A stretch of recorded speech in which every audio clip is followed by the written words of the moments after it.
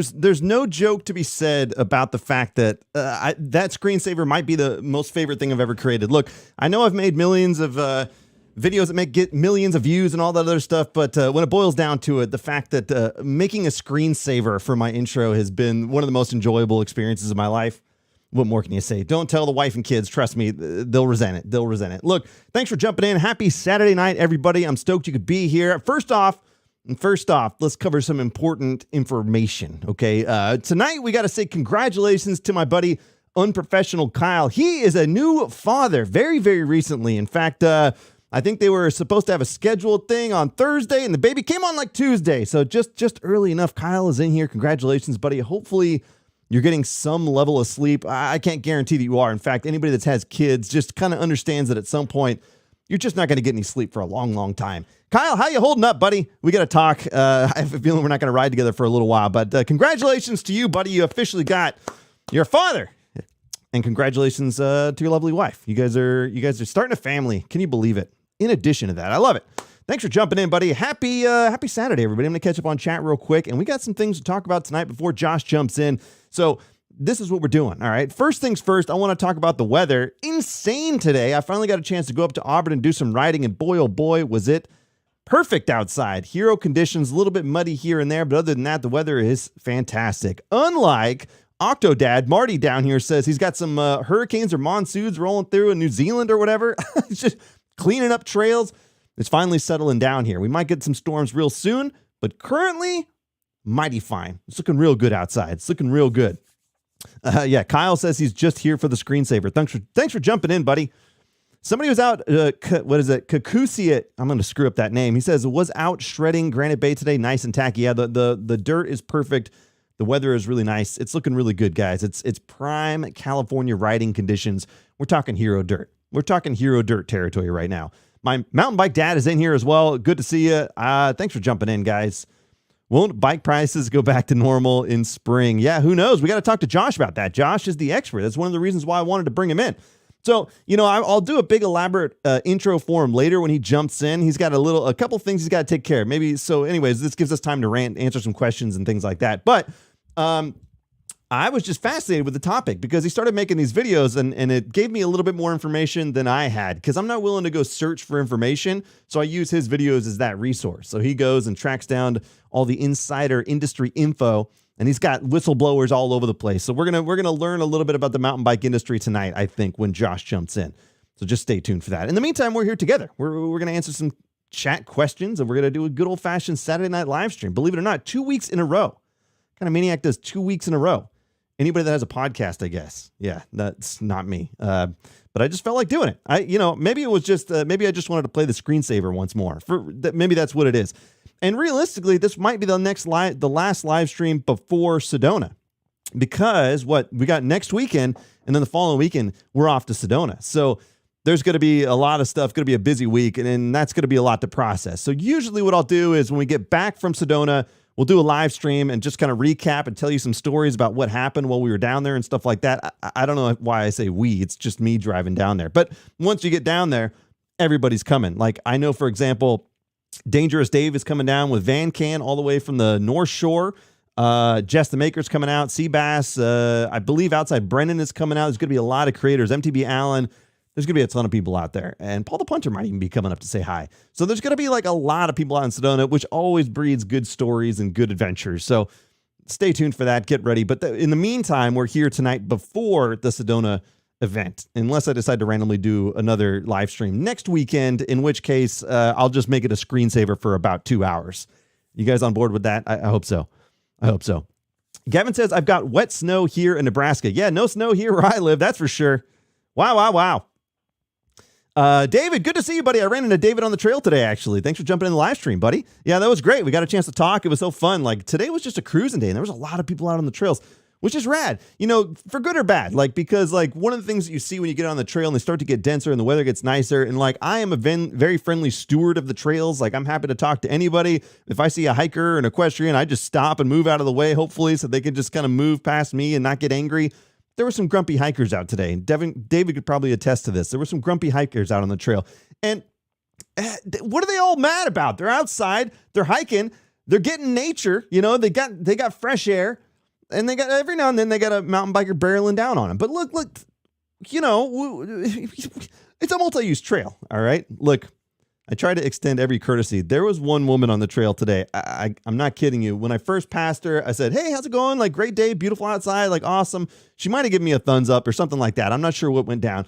But then the next time I ran into another group of people that knew who I was. So we were talking for a little while and they were like, "There's this hiker down there, like a woman with a blue jacket." And didn't come to realize later, it must've been her, because when I was coming down later, she just like turned towards a tree and just wouldn't look at me. You know, it was a bit like, did you guys ever see that movie? What was it called? The Scarlet Witch. No.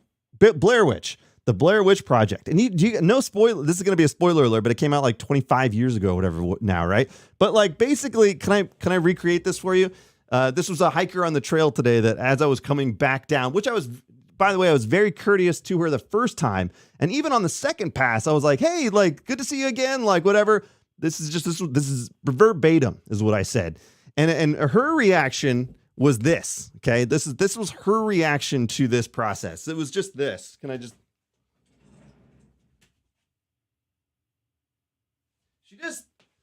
she just stared at a tree. Like, she wouldn't even turn around to acknowledge me. Like, it was the weirdest thing. She must have been grumpy. What are these hikers grumpy for? I don't get it. I don't know. Do you guys experience grumpy hikers?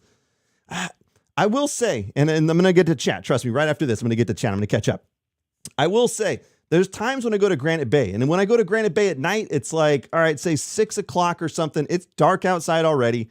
And there are trails out there that are not sanctioned. Like, they're not sanctioned, it's whatever. They're nothing fancy out there. But these trails, no bikes are allowed on these trails. So to me, I think, hey, it's closing time. I mean, they close the gates at 7 o'clock. Nobody's out here. I'm just going to go down this trail just because there's not going to be anybody on this trail. Of course there's one hiker. And what does that one hiker always have to do? They've always got to remind you that that trail is not for bikes, you know, every single time. I'm like, look, I know. You got to play dumb, actually. You got to be like, I'm lost. It's dark out here. I don't know where I'm going. Or I say, "Oh, my buddy was telling me to meet at the horse paddock." You know, we were talking about David and I. It's like, yeah, you just, no matter what, they always have to remind you that it is not for mountain bikers. Despite the fact that I'll say, for example, I'll have a hand saw in my pack and I'm trimming trees off the trail, still doesn't gain me access to these illustrious trails for hikers only.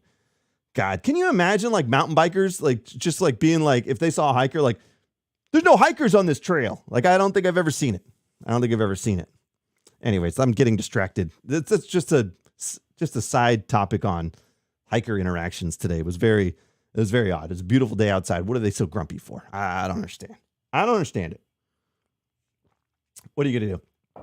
The Big Outside MTB says, "Yeah, the dirt looking good. Going to Santa Cruz tomorrow. Should see." Yeah, the Santa Cruz dirt, I am assuming, is just going to be running primo. It's going to be amazing. Yeah, it's going to be amazing. Josh is wise, says Bike Some. Yes, he is. Yes, he is.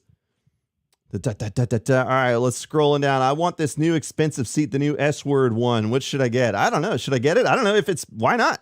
Throw it out there, K-Funny. All right, what's the best trail bike deal at the moment? That's a Josh question. Save that question for Josh, Marty. Josh is going to have all the answers to your guys' mountain bike industry questions. He's done the research. So I really wanted to talk to him. I like hanging out with Josh. Josh is one of my favorite people in the world, and it's fun to talk bike shop stuff with him. It's super interesting to me, and we're going to deep dive into it a little bit tonight, so I'm stoked on that. John Manning says, "My view on e-bikes." I love e-bikes. I got no problem with e-bikes whatsoever. What I think is funny is how so many people are adamantly against them. I don't understand why. Like, I don't know why you would be concerned with how someone else spends their time. It doesn't bother me at all. Never really had a bad interaction with anybody on an e-bike, not like a hiker or anything else. It's just like, "Hey, what's up, man? Good to see ya." Like, as long as they give me heads up on the pass, I'm like, "You bastard." But other than that, like, it's a purely symbiotic relationship. So there you go. E-bikes are great. I've been totally down for it. All right, I'm catching up on chat. If I miss anything, just let me know. It goes fast sometimes. It goes fast. Yes. AZMTB is in here. Will, good to see you, buddy. I'm sure I'll see you very soon in Sedona. Also another father in chat as well. Yeah. Up North POV says, "I live in Wisconsin. Do you have any advice for my MTB carrier or career?" Move out of Wisconsin. Jesus, that sounds awful. Actually, no, I've never been to Wisconsin. Is it amazing? I bet you it's scenic as hell. I don't know. You have to tell me. All right. I'm catching up. Don't worry. I'm catching up. Stoked that you guys are in here on this Saturday night. We're just live streaming. We're riffing. We're talking. We got Sedona coming up. We got a lot of mountain bike things going on. And I'm curious to get you guys' take on a lot of this stuff. I am too nice on the trails. I know. Way too nice. And here's what happens when I'm out on the trail. This happens quite frequently. So somebody will just say like, hey, I like the channel. And I take that as like, can we talk for 45 minutes? Because that's what I do to them. I hold them hostage. Like I like to talk, and there's nothing wrong with that. And so we end up telling stories and whatever. So today on the trail, like just tons of time spent talking. Nothing wrong with it at all. Trust me, it was fun, but it was funny to me. That's what happens when you're out on the trail. If you run into me and you say hi, you're probably going to end up just being held hostage for like 30 minutes. I apologize in advance. What could you do? Let's see. What does John Manning say? I don't see a John Manning in the chat. If you guys will have to let me know. I see up north. Let's see. Grumpy hikers and dog walkers everywhere. You're ruining their nature. I know, we're ruining their nature for them. Especially the people that like never go outdoors. It's like the one time they've been outdoors for a long time. And then they just toss their water bottle onto the trail and they just get frustrated with mountain bikers. I don't know. What are you going to do? What are you going to do? I'm fiddling with my mic a lot today. It doesn't feel like it's in the right spot. I don't like it. I don't like it. I have almost never encountered an angry hiker. Yeah, it's usually like not necessarily angry so much as they are just kind of like irate. You know what I mean? Like it's just like a weird behavior. I just like, and again, 95% of interactions are always very pleasant. It's always like, hey, good to see you. Like, hope you're having a great day. They're like, oh, you have a great day too. It's like, okay, cool. Like, boom, easy. But again, I try to, within the best of my power, I try to yield and things like that. Like I'm usually not hauling ass too much. If I'm on a specific, if I'm on a downhill section that's going real fast, then, it is what it is. But like sometimes you don't have time to stop. But most of the times you do. As long as you're riding in control, right? Trail Monster, sorry for the delay on that one. By the way, buddy, $2 donation from Trail Monster. I appreciate you. And he says, how much should I pay for an e-bike these days? Don't they all cost like $14,000? Oh, man. Save that question, Trail Monster. Try to remind me for Josh, because that's such a weird thing, too. I don't know if like the price of e-bikes themselves have come down. Like there's got to be like just still a lot of overhead when it comes to all the parts, like the batteries and everything like that. I don't know. I gotta get well versed on that. Let's see. All right, we're scrolling down here. We're scrolling down. Why are your knuckles bloody? Yeah, they're not bloody. They're just kind of beat up a little bit. That's what happens when that's what happens. Look, that's what happens when hikers get grumpy. All right, take them out. No, I was doing a lot of training on the bag, so I was. The problem is sometimes if you don't wear gloves, your skin's going to go flying off. So that's what happens. In case you guys didn't know, I've trained in martial arts for a long time. I'm certainly not as hardcore as I used to be. When I was younger, I was very in shape and trained like 3 to 4 times a week. Now I just can't do that anymore with the kids and the full-time job and trying to create a mountain bike career. But at then, I used to train a lot. So now it's like when I get out there, you saw every now and then I'll post a video. I would love to like integrate that into a mountain bike video in some way or another, but I haven't like found a great way to do it. One thing I would like to do is like, if you guys remember Anchorman, Anchorman had a sequence in it in which all of the news reporters like had a battle, where it was like their news station versus this news station. And then Spanish broadcast came in. I think Ben Stiller played one of the characters. I think it would be fun to do like an enduro group and like an XC group and like a road biker group, and they all meet and then like have a battle. I think it'd be hilarious as hell. I'd have to get a lot of people involved to make that. Like the idea of making that in the way that I would want to make it, I would probably go really overboard, and it would be an all-day shoot just to produce like a 2-minute video. It would be elaborate, and it would take a lot of time, but I think it'd be funny as hell. Speaking of overly elaborate, today when I was out after the ride, I was like, I got a pretty decent idea for a video. So I said, all right, I'm going to go out and shoot this video. I go down to a quieter section where I can shoot this. It's basically like climb related video. So it's like, the different phases, or what do you guys say? Like, when someone's in like, what am I trying to say? Not AAA. AAA is the car insurance, isn't it? Like, when somebody's in rehab or whatever, and they have different steps to like whatever, I wanted to do like the different steps of climbing. So it took me I was out there filming for, I swear, like an hour and a half to make like a 30-second video. It was preposterous. It's just preposterous. Like, I got to get back to the basics here because I'm like going way too far down the line. Now, I did this not expecting for this video when I make it to like do really well. I did it because I enjoy the process sometimes, and like that pain of like just going through the process and just spending so much time and getting the shots right. There's some creative enjoyment that I take from that. And so I was just caught up in it. I was like, you know, I got this angle, I got this angle, I got this angle. I need to zoom in on the face. Like, it's just overly produced on every level. And it's just completely unnecessary for the social media these days. But what can I say? I have creative freedom to make whatever the hell I want. So I did it, and I looked at it afterwards. I was like, I had fun doing it. It was fun, but I got to go look at the footage. It should be good. It should be a good video, but it's certainly like way too much work. Like, you know, when you consider like that I can take an outtake from an actual video, for example, that video I did where I was doing the ramp and all that stuff. And then I did the one, right, when I was hanging, like when I was flying up through the sky, eating the chicken wing and all that, right? When I made that video, that one did well. It's got like over 1 million views or whatever. Like, it did well. But then I took the clip of just my cell phone recording, like that I set up on a tripod. It's just my cell phone recording me recording it. And I think it's almost 9 million views. So it's like, you know, again, I go so elaborate for no reason. Like, I don't really need to, because sometimes people just want basic stuff. Creatively, I think it's engaging for me, and I find new ways to push. It's just fun to me. I don't know. Total waste of time, probably. But what can I say? What am I going to do about it? Nothing. You guys got to watch it and put up with it, I suppose. I'm stoked you guys are here on the Saturday night, by the way. All right. We're catching up. Yes. All right. That. By the way, that all stemmed from Jay asking me if I had bloody knuckles. Yeah, so I got a bit of a tangent, didn't I? Bit of a tangent.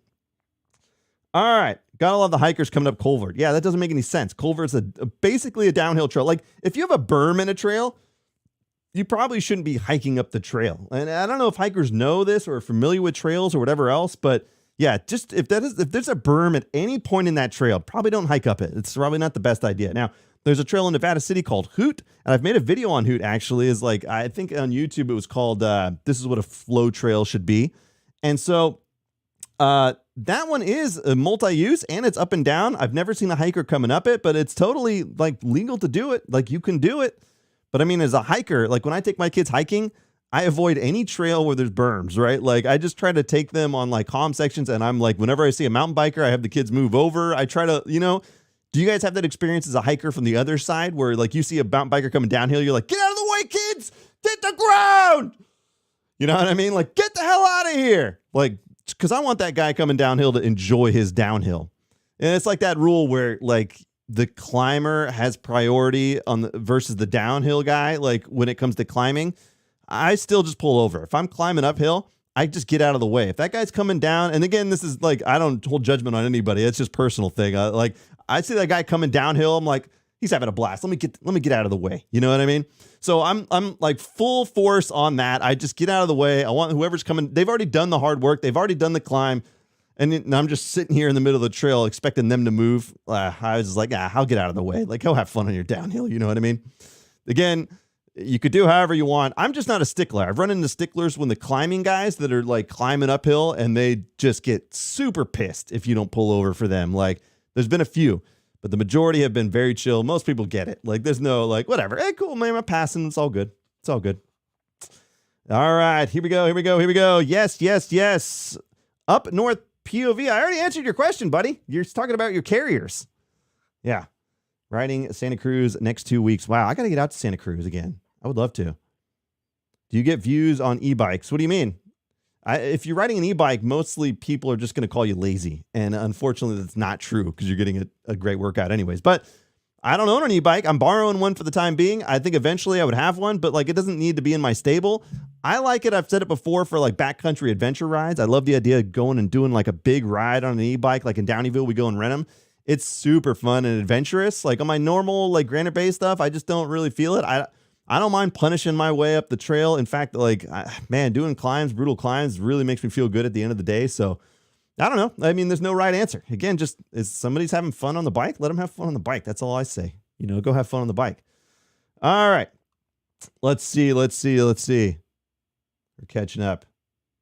Okay. All right. Up north, POV. You're going to, man, what the hell? Where's my moderators, huh? Yeah. Oh, Boston Don MTB is in here. He says, I made it. We are lucky. 2 weeks of Calirado Kid live. I should buy a lottery ticket. I know this is unheard of. I just felt like doing it. And really, it probably stems from me just wanting to watch that screensaver again and make you guys watch it too. So what can I say? I will say that Josh will be coming in shortly. I told him to just shoot me a heads up when he's coming in. So we're going to jump in when he comes in, probably around 7:30, 7:45, which gives us time again here to riff in the chat.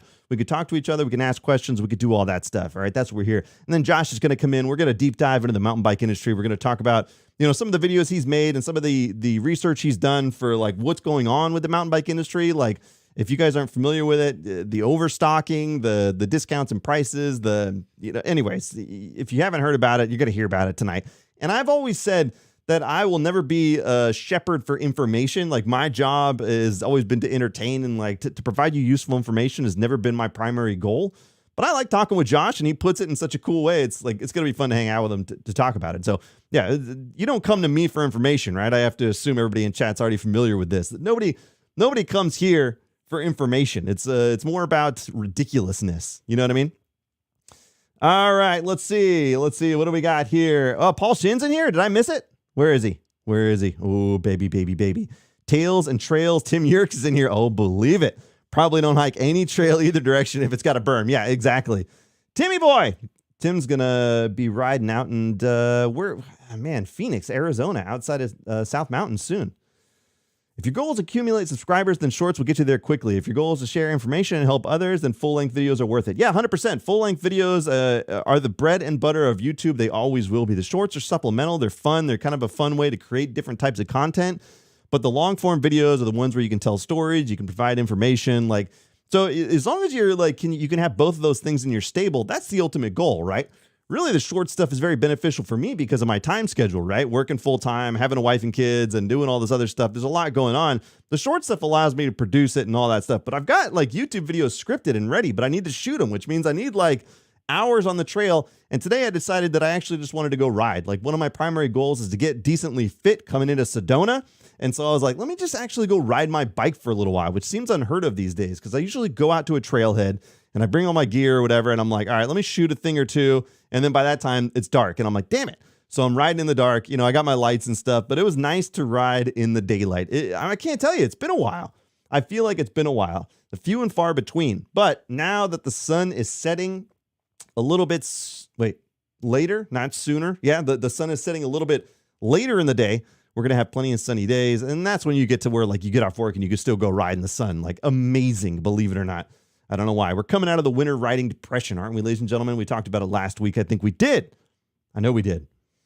All right, let's see. Yeah. David says, oh, man, I warned a group of hikers coming up Culvert that they should watch for fast bikes coming at them. I know, and they probably still get mad at the fact that, like, mountain bikers are riding downhill.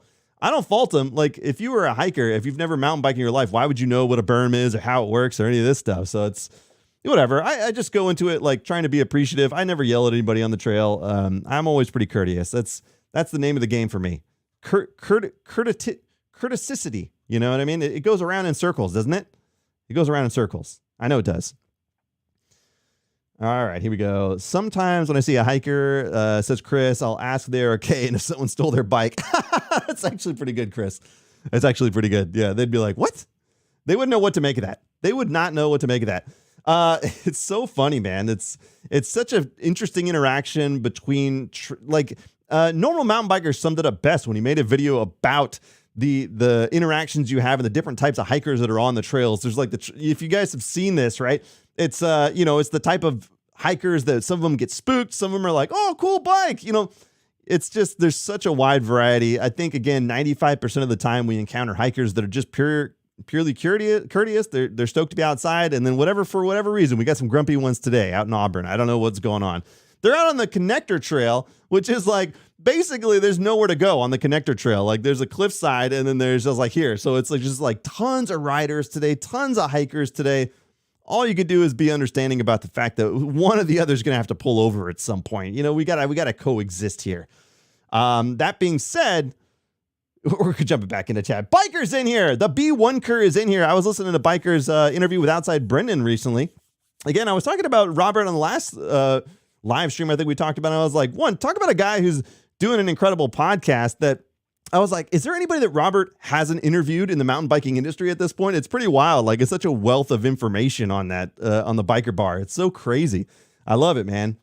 It's so interesting to me. So much consistency. Let's see. All right. I'm getting far behind, guys. I'm getting far behind. Is Paul the Punter coming on? No, I don't think so. Now the tech tonight, by the way, the tech tonight is untested to a certain degree.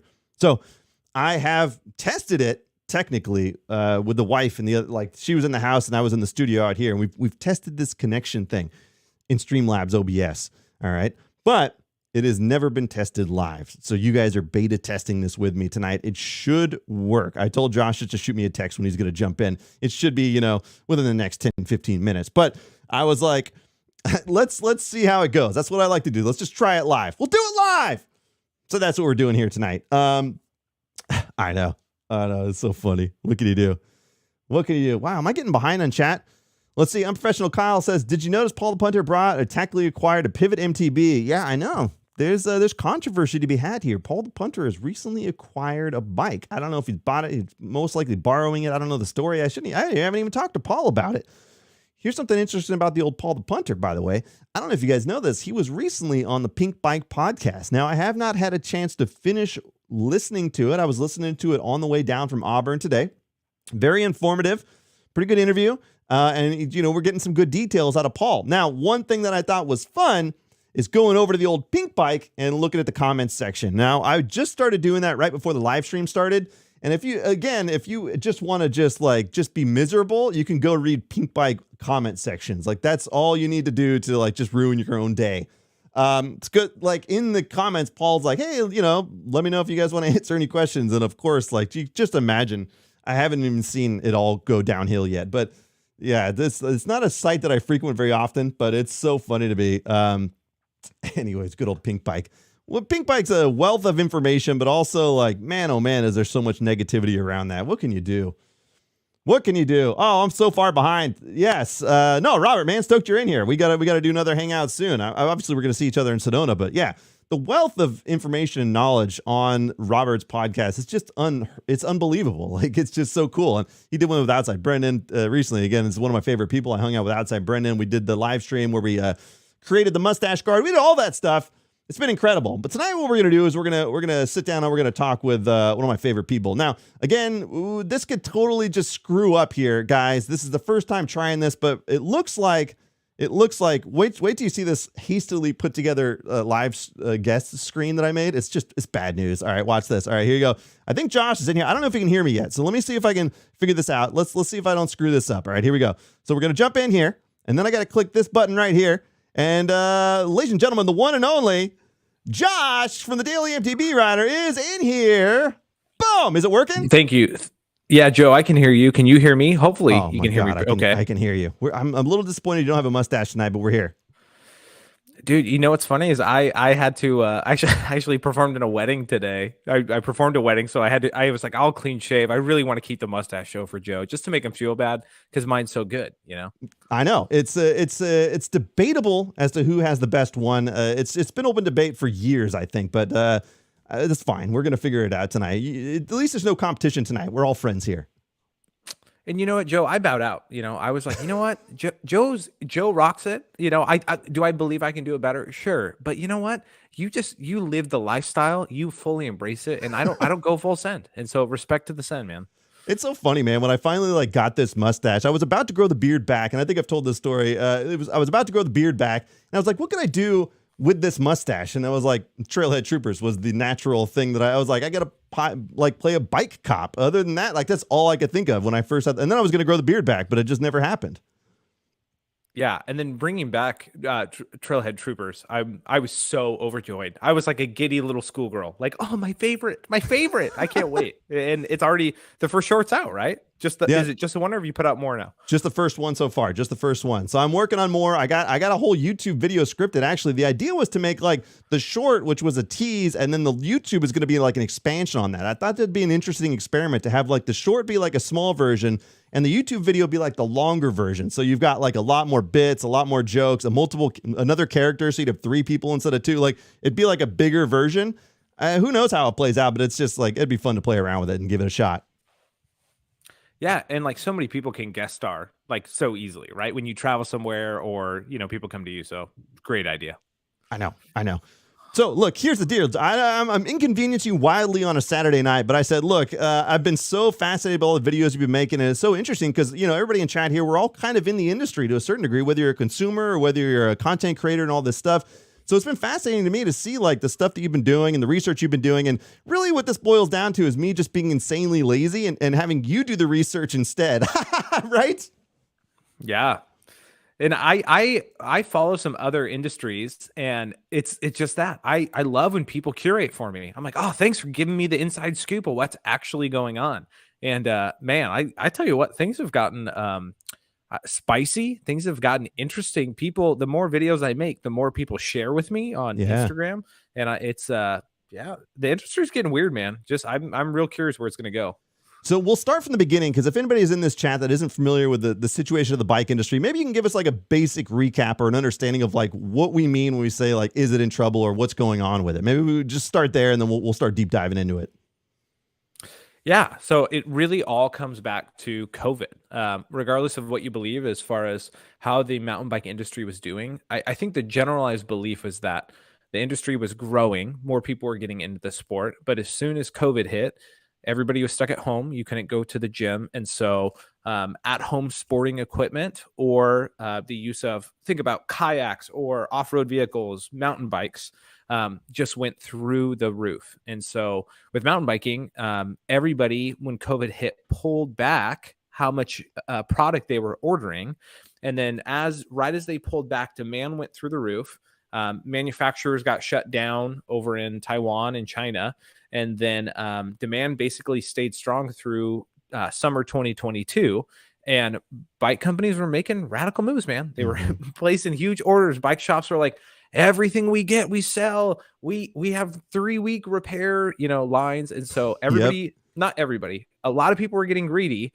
And then now we're seeing the demand roll way back. And it's kind of, for lack of a better phrase, it's pantsing the mountain bike industry or the bike cycling industry to see who got caught basically being a little too greedy or not even greedy, being too optimistic. Too optimistic is probably the best word. Yeah. Forward. So, yeah. So anyway, that has caused a wait and see at this point right now. And it's very interesting at what's going on.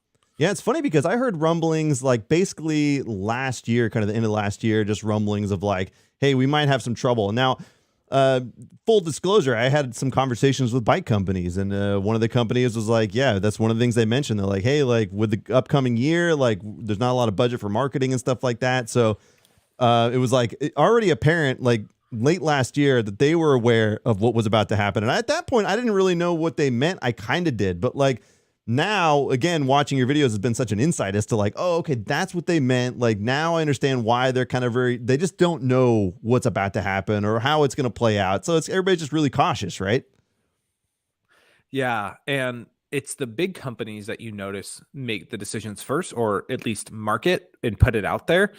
Specialized being one of those, having a round of layoffs. And then you see other companies who back in October were having layoffs, and then fourth quarter Q4 reports came in, and company after company after company is like, our sales are way down.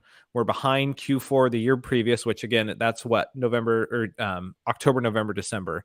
And so now there's been a domino effect to see. It's not if companies are going to respond, but it's when, and how are they going to respond, and what are we going to see? Yeah, and somebody asked in chat, like, how will it affect the used bike? I mean, my understanding is you just can't sell a bike anymore. Like, it's almost impossible unless you want to just discount the hell out of it. Yeah. So this is what clued me off that something was wrong. And I am always on the used bike market. I have a broken down used bike right here that I'm currently in the midst of fixing up. I really enjoy finding bikes for my friends or deals that are out there. And I was noticing it was one bike in particular, and it was the Transition Spire, which it's a 170 millimeter 29er, came out maybe 2 years ago, maybe a year and a half ago. It's a sweet rig. And I was seeing these bikes hardly used. And again, Transition's based in where I live in Bellingham, but for half retail, and they weren't selling. So you see multiple $6,000-$7,000 bikes going for $3,000 or $3,500. And I went, why would that be? That just, I wanted to buy a bike I didn't need, because I was like, the price is exactly too good. Yep. Yeah. And then as I dove in deeper to the used market, I went, oh, forks, wheel sets, components, all these other bikes have been on the market for so long and no one's been buying them. And as I did a search on YouTube, as all wise people do watching this, I found that, that's because the industry as a whole is in trouble. And so, yeah, I'm sure we could talk more about like what caused the used bike market to crash. Because I've got some theories, man. I got some speculations. Yes, 100%. We're going to deep dive into that. Like, yeah, it's so interesting to me that, like, I think, 2 years ago, right? Everybody was just like, I'm going to buy a bike and I'll sell it and make it more money. I'll make more on the bike than when I bought it. And I was like, that doesn't make any sense. And it's certainly not like that anymore, it seems like. Well, yeah. And that's like a used car market, or, sporting equipment that you couldn't buy. People are like, hey, I'll buy it. And if I don't like it, then I'll resell it for more. And you could for a time until you get caught. So just saying. The good Sorry, Joe, times have stopped rolling.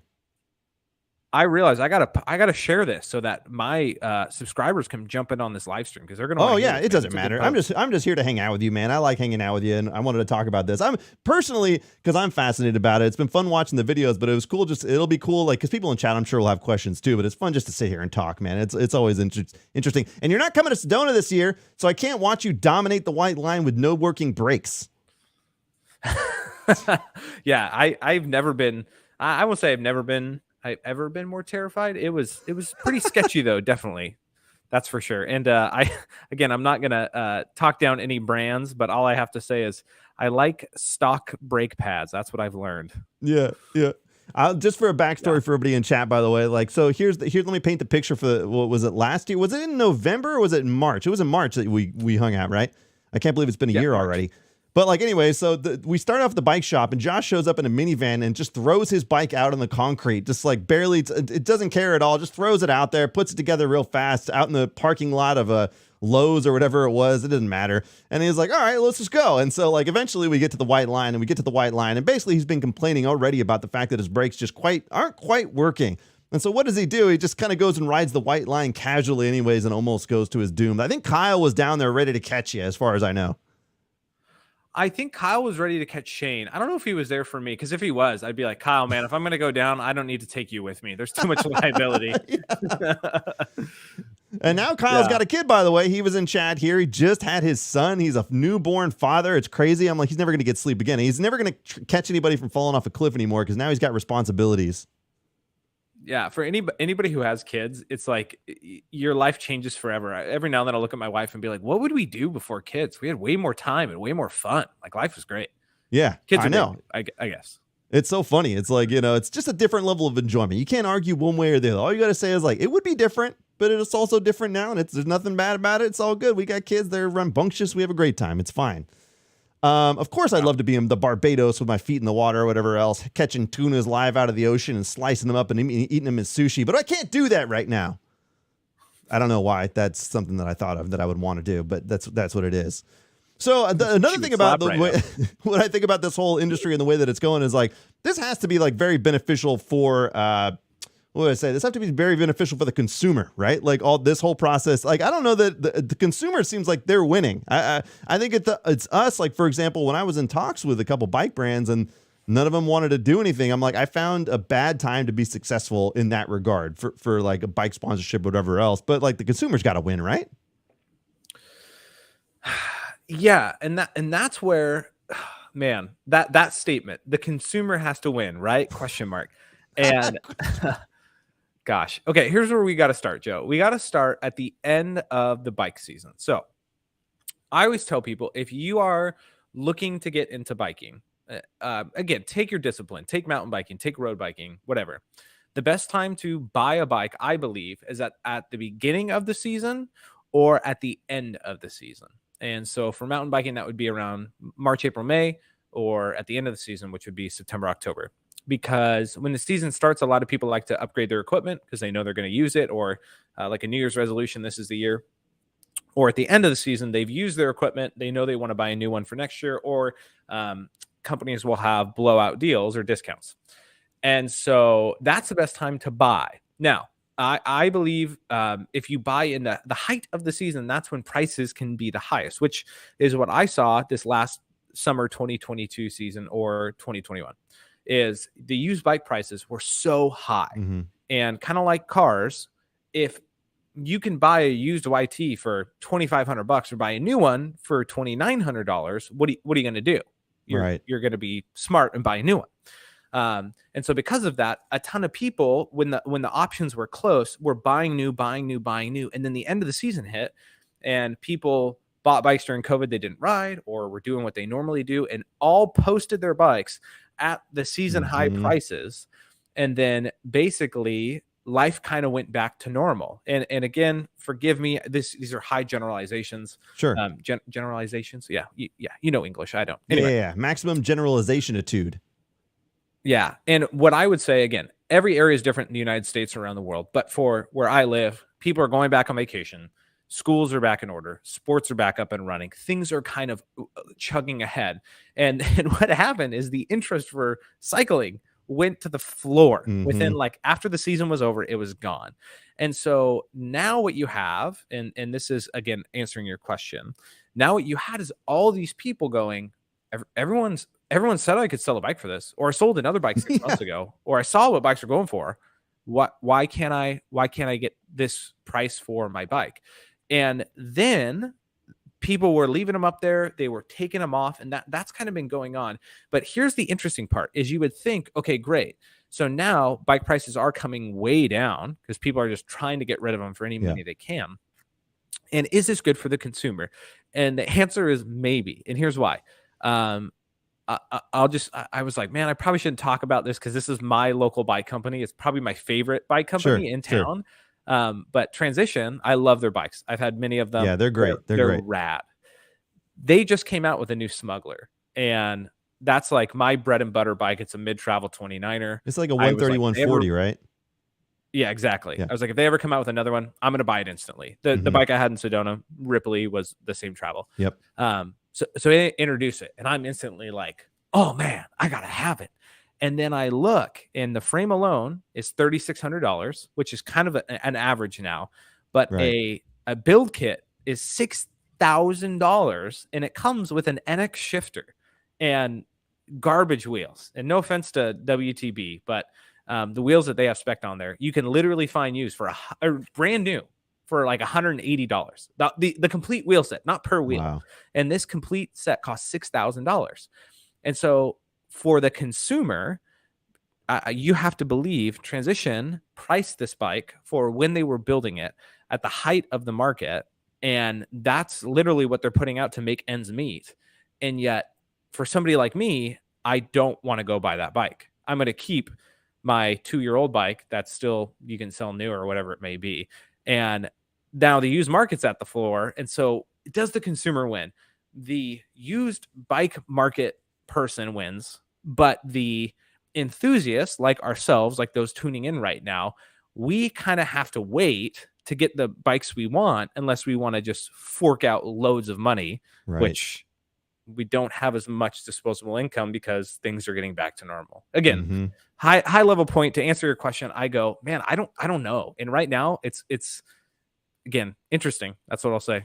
Yeah. It's fun. It is. It's wild. Cause it's like, if you were in the hopes of selling your bike to get a new bike, you're probably not going to have good luck right now. So in terms of the consumer benefit, that's not going to happen. In terms of that bike, that seems very out of the ordinary. But yeah, it's been a wild ride. And like, yeah, again, like for the normal person just coming in and just looking to buy a bike, like there may be a great time for you. Like a Specialized is knocking like 50% off or something, aren't they? Dude, yeah, they're selling their statuses for crazy prices. Like you just can't compete. And here's the other thing is like, so when it comes to Specialized, like the big companies, the consumer wins. But it makes the smaller or mid-sized companies hurt like crazy. And so Oh, that's a if a good bunch of point. small yeah, so if a mid-sized company like Transition or Evil Bikes or Kona, or even, I mean, Santa Cruz is getting bigger, but lump them in there for a minute. If those bike companies can't sell and they don't have tons of employees that they can let go or tons of bike shops that they can roll back from, they have to make the hard choice of selling or closing. And so in that case, the options that are available, it'll be interesting to see, again, 6 months from now, 12 months from now, 18 months from now, what happens. And I'm a little nervous. And then the other thing too is your local bike shops. Those are the guys who get hurt because, as I said in my last video, they have large amounts of inventory. They're getting charged for canceling orders, and they're having to cut employee hours or increase their pay depending on the state. It's so convoluted. So who knows? One of the things that's been interesting that it's in terms of bike shop stuff that I didn't know until recently is like how Trek was essentially buying up local shops and turning them into Trek shops, which is like, okay, I didn't realize that. I knew there was a Trek shop or two in town. There was a place called Folsom Bike or whatever. That's now owned by Trek. I was like, wow, I didn't know that. And then I didn't know the deep diving further into it is that like Mike's Bikes is also the owner of like, they own Santa Cruz. They own like 3 other brands. And now since they've seen Trek gaining ground, they're out buying up local bike shops as well. And like, it's not like they're clearing house and kicking everybody out and starting new. Like they're just, the staff's there. They're nothing. It's, from what I could tell, no major changes other than it becomes a Mike's Bikes and they have more infrastructure or whatever. But like they stock those brands that they own. Like, and so like the more that happens, the less you're going to see cool bikes like Revel and like Gorilla Gravity and stuff or whatever else that it just won't be in a shop. Like, again, I don't know a ton about it. So it's fun talking to you because you do. This is the experience that I've seen locally that I thought was interesting. I didn't know that was happening. You know what I mean? Yeah. And it's the equivalent of Starbucks coming into town. And, imagine if your local coffee shop, Starbucks bought them and it's the same employees. They make the same drinks, but now Starbucks is supplying the beans. So the taste gets a little different. And all of a sudden they're incorporating their policies. And that works when demand's high and people are like, well, screw it. I don't care. I'm just going to go in. Yeah. And so that's where Trek kind of did that at a perfect time. And I would say Mike's Bikes like did it at a really good time too in California and Colorado, or Colorado. Calirado. Right. Oh, yeah. They did it at a great time. But now they have a huge amount of brick and mortars. And both of them recently, Trex has not been officially announced yet. I had a employee at a store send me their letter from Trek that says this is private information only. Don't distribute. We got the scoop live tonight on the Calirado Kid live stream. Yeah, that basically Trek is going to be doing what Mike's Bikes did. And what Mike's Bikes did is I said one sentence and I didn't say much about it because I didn't want to make them look bad. And I still don't. Sure. I want local bike shops to do well. But they are adjusting hourly rates for employees and taking away individual commissions while creating overall bike shop commissions that are based on the height of the market. So to sum that up, you're a bike mechanic. For every bike that you get through in an hour, you get an extra $15 an hour. That goes away and your baseline pay goes up a little bit. But if you want the same commission levels, your whole store has to do extremely well, better than how it did at the height of the bike market in 2022. And Trek just introduced a huge rollout saying we're going to cut 20% of employees and we're going to roll in this new model on commissions, which is going to, it just kills your mechanics. It kills your salespeople. It kills these people who are awesome employees who don't get paid that much. I'm so happy that I have in my local bike shop. So yeah, man, it's hot off the press. I'm curious when it's going to hit big. Yeah.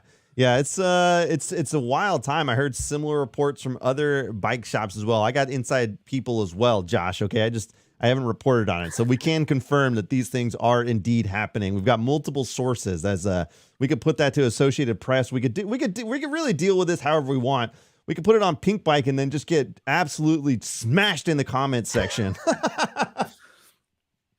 Pink Bike would be like, I know you're just telling the truth and just reporting what's actually out there, but you're a jerk, or you want it to burn. It's like, no, I don't want it to burn. I'm just trying to tell you the news, man.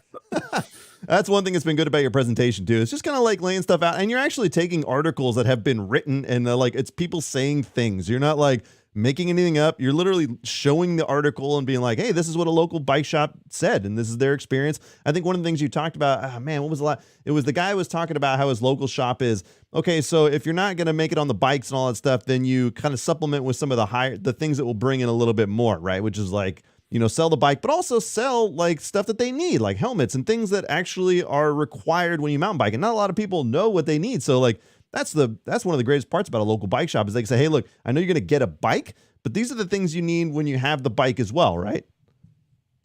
Yeah, and that's where his point was just salesmanship. And again, I could dig in a lot more. I wish I could talk to, I think it was Johnny Rockets, or I don't know if it's Johnny Rocket, what his name was, but I wish I could talk to him because his point was just, if you have people who don't have to sell because the demand is so high, then when they're stuck with a bunch of product, what are they going to do? They're going to whine. People aren't buying it because the price is too high. Drop the price.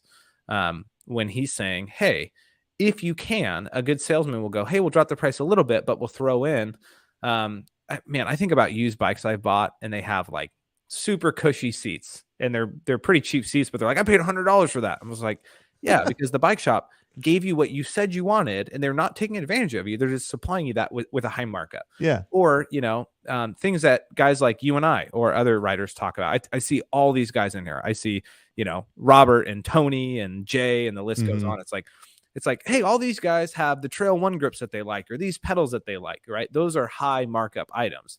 And his point was just like, if you're a good salesman, it's not just get out of my face. I have 4 weeks backup of maintenance. It's, hey, how do we take care of you holistically as a customer? Because again, that brings people back even when times are tough. If you go into a Trek bike shop and they get to know your name and genuinely take care of you and they remember your name and they're like, yeah, Joe, how was that, mustache guard that you bought? You're like, oh, it was great, man. I got in a wreck. It's like, whoa, he remembered, right? When times are tough and Trek bikes are too expensive, you go, man, Trek bikes are expensive, but that guy remembered my name, right? Like we're humans. That's what we do. And so I think that point is super valid. And again, displays, bike shops have kind of been in the hey, we're in control and we can do whatever we want. You can't say boo. And then now all of a sudden the customer stream dries up and it's like, please come back. We'll be nice again. What's so funny about that point too is like generally, like say I go to an electronics store and they try to sell me on the extended warranty on an iPad or something. Like, what are you going to do if it goes wrong anyways? Like, I don't need to give you money for this stupid thing. Like that exists in a lot of things in our daily lives where it's just like, oh, you want to add on this bonus? Like, no. And I'm sure plenty of people do it, especially like Best Buy must capitalize. I mean, they must make so much money on those extended crappy warranties that old people don't know anything like any better than but to just be like, sure, throw it on. Like it's another $100. That's just like an added value thing that I'm sure they're just churning through it. But I think of local bike shops, and that's one scenario that I could think that is actually very advantageous. Like if you're selling them like maybe a maintenance package, and like if you don't know how to work on a bike, that's kind of essential. And most people don't even know that you need to maintain a bike. So it's like those scenarios where it's like it seems like you're trying to just do the same thing as an electronics shop. That's different. It's like because like coming in and getting your thing serviced and like getting your shocks set up and like all those things are like actually very helpful and something that someone personable and live can do. And like you said, the local shops like Trek or Bike, doesn't matter who it is, like that's where they really shine is like actually taking care of people. And it's like, man, when you can do that, like that's very valuable in my opinion. Yeah, and the most valuable part is when they have time to care for you when it's an emergency. Because that's what always happens. I need my chain snapped. It's unfixable. Do you have a 12-speed Shimano chain? And from my experience, when I go into a shop and the sign says, hey, we're 10 days back on service, and the guy goes, oh, hey, man, yeah, we have a chain. You want me to throw it on for you? I'm like, do you have the time? They're like, absolutely. It's like that right there. Right. It's like that. That's the service that, again, you nailed it. How do you capitalize on that? How do you make it? Hey, your chain probably broke because you probably didn't check it.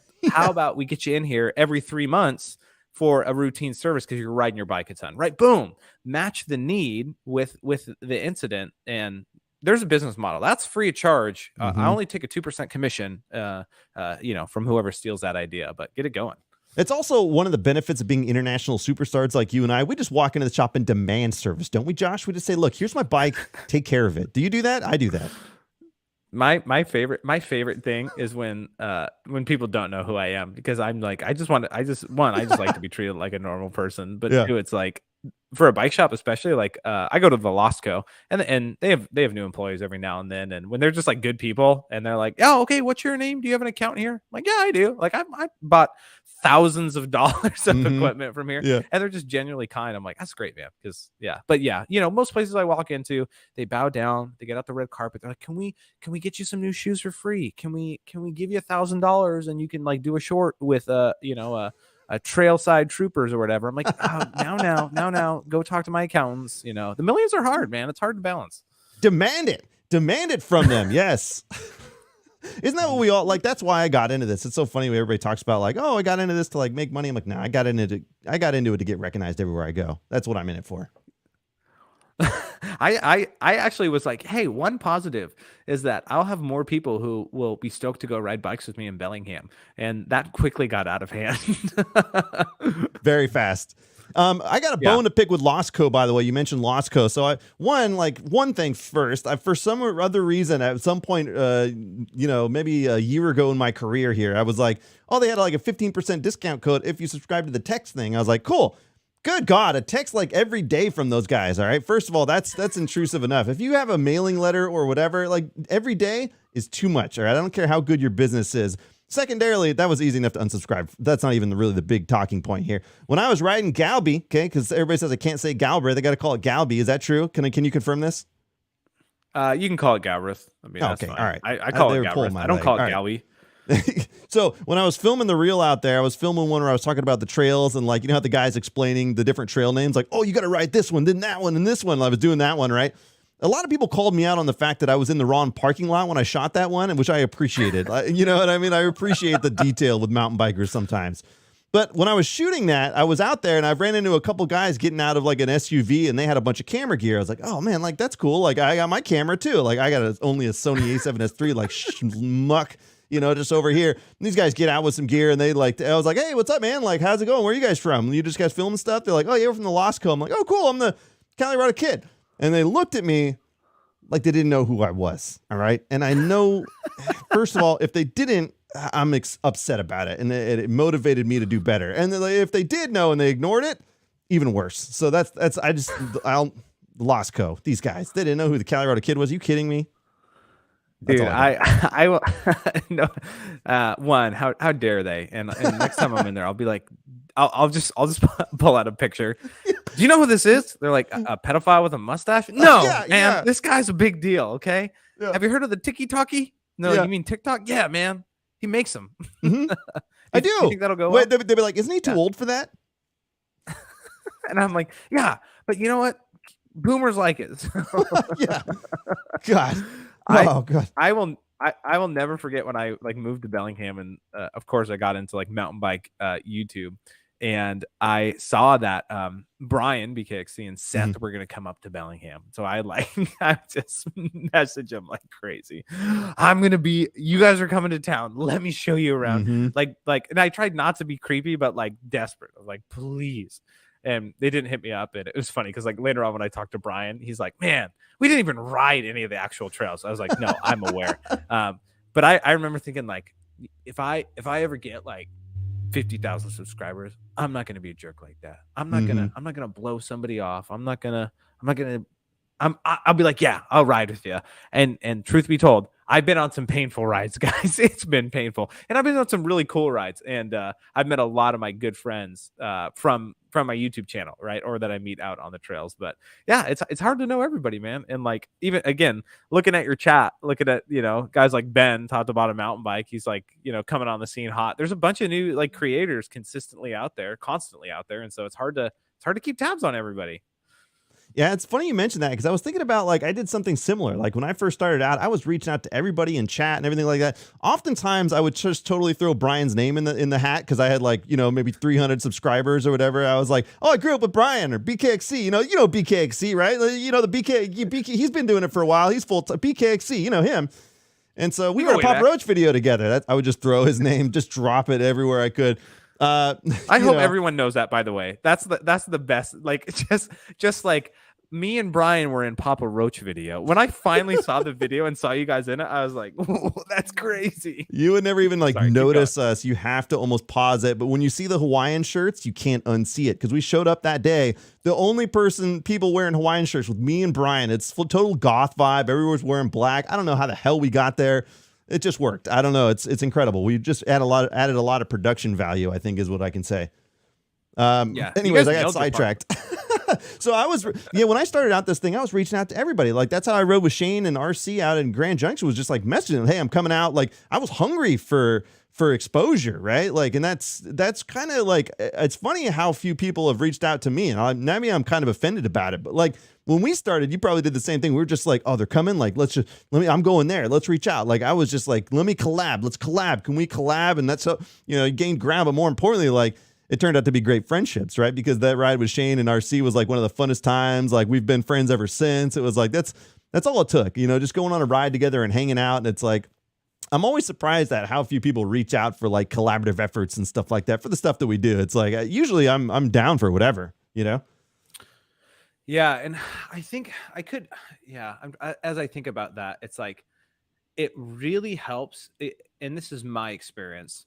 It helps to have people who have like at a similar spot with like subscribers, or you're meeting at a similar spot going to Sedona, or, you know, you figure out the people who it's good to like pop in on their videos or pop in on a ride. For me, having Nick from VanCan and Jordan Boostmaster and then Ryan from the Lone Ranger come over, and we all were kind of in this Wild West when mountain bike YouTube is kind of just, it had been around, but it hadn't popped off. And so, you know, at first in BCPOV, Eric, right? Like at one point I had more subscribers than Eric. I still hold that against him. And then he actually made professional videos. Anyway, but you know, at first it's kind of this like, okay, how good are you? Or how many subscribers? I'm going to beat you in subscribers, right?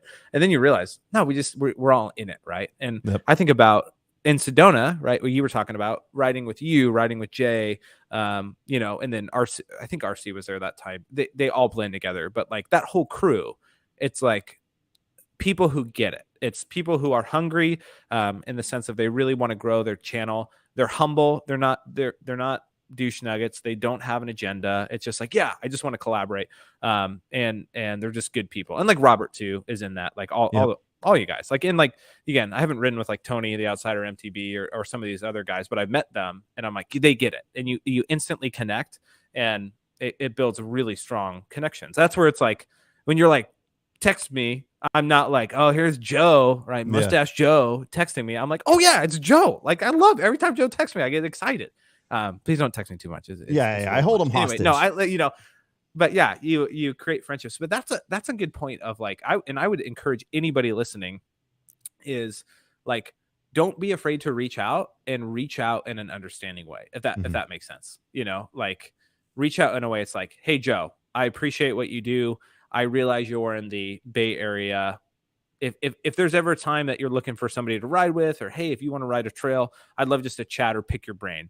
And that's all of life. If somebody is more successful at something or doing a great job, the best thing you can say is just like, hey, I want to be more like you. You're rad. Can you help me? And like, say that to anybody and see if they smile or not. Every person's like, you think I'm cool? Okay, yeah. Flattery will go everywhere with me, 100% every time. If somebody said a flattering comment, I would just highlight it live in the live stream right now. Don't test that because I actually don't have the capability to do that, but it's fine. I haven't figured that tech out yet, all right? But it's so interesting. It's like the content creators, it's really fun when we all get together, because content creators, like, as we're all struggling with the same thing, we're making videos, like, we all have our own techniques and styles. It's like fun to learn from people and talk to, like, hey, how did you do that? Like, what do you suggest? Like, all that stuff has always been one of the reasons when, like, I always think about it this way. Like, so for example, if I go to a party, like, let's say it's a Christmas party of my wife's work or something, which I actually don't think I've ever done. But like, if you were to go to, I don't think, maybe they don't have them, or maybe I just never been. She never invites me. I don't know. Maybe she's having an affair. Jesus, this is all going downhill real fast live on stream. But is this counseling, Joe? Keep sharing, buddy. thanks for coming in with me tonight, Josh. Yeah. But you think about, like, God, I got completely sidetracked, didn't I? Wait, what was I talking about?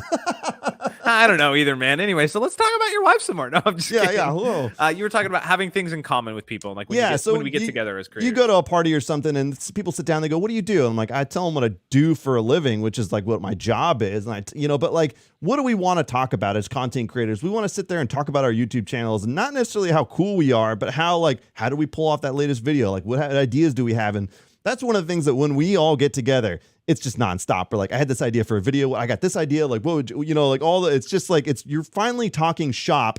And so it's like, it's just our opportunity. That's why Sedona is kind of fun, because when so many creators come out, we just end up going to Sedona, and we end up just like, it's a creator summit almost. We're all just kind of like, we're all getting it all out, because, we spend most of our time like around people that don't want to hear the crap that I have to say. Like, I run into people on the trail that are like fans of the channel. They're like, oh, I like the channel. I'm like, let me tell you about all the things behind the scenes. And they're just like, they're gone like 20 minutes in, Yeah, it's like you just relax because you get it. And like Bobo came out early on to Bellingham, and we rode together. We had such a good time because you don't have to explain somebody it's a grind, or you thought a video was going to take off and it didn't. You made a crap video that you were like, I just need to put something out, and it goes off, and you're like, I have no idea what I'm doing half the time. And it's a joy. And I think the thing I think is most interesting is the entry fee to be respected as a YouTuber. Like, take anybody, take somebody who has millions, a Mr. Beast, or somebody who's just starting out. The entry fee of respect is simply doing it. It's just being committed. If somebody's committed in making one video or two videos a week, nonstop and grinding, you've earned my respect. If you've done that for 2 months and you want to keep doing it, I'm like, you've tasted and seen there's not a lot of glory, and it's a lot of commitment, and you're doing it. And it's cool. And like, for me, my greatest enjoyment, I now have a really close friend of mine started making videos about baseball cards. Oh, so it's like such a niche market, like not a ton of views, and like the whole industry, not him. And he just loves it. He's like, dude, this is so fun. I tried this new editing tip. You told me to get a microphone, and he's like loving it. My father-in-law is getting into it. He does Traeger. He rebuilds Traeger grills. Like, oh, no way. Yeah, and he's killing it. And he's like, I'm like, dude. I was like, you totally blew your load. You like posted like 5 videos you edited all in one day. Don't ever do that, right? And he's like, he pulls out a piece of paper. And he's like, okay, don't blow your load. Cool, got it. And then, he's learning, and he's stoked. So it just gets me so stoked, man. Yeah, it's interesting because I was talking about it earlier before you jumped in. Like, so today I went out and I actually got some riding in. You know how oftentimes if we're filming something, we don't always get a chance to ride sometimes. I was like, you know what? I'm going out to Sedona. I'm hosting a group ride for the first time. I want to at least come out at least mildly physically fit here.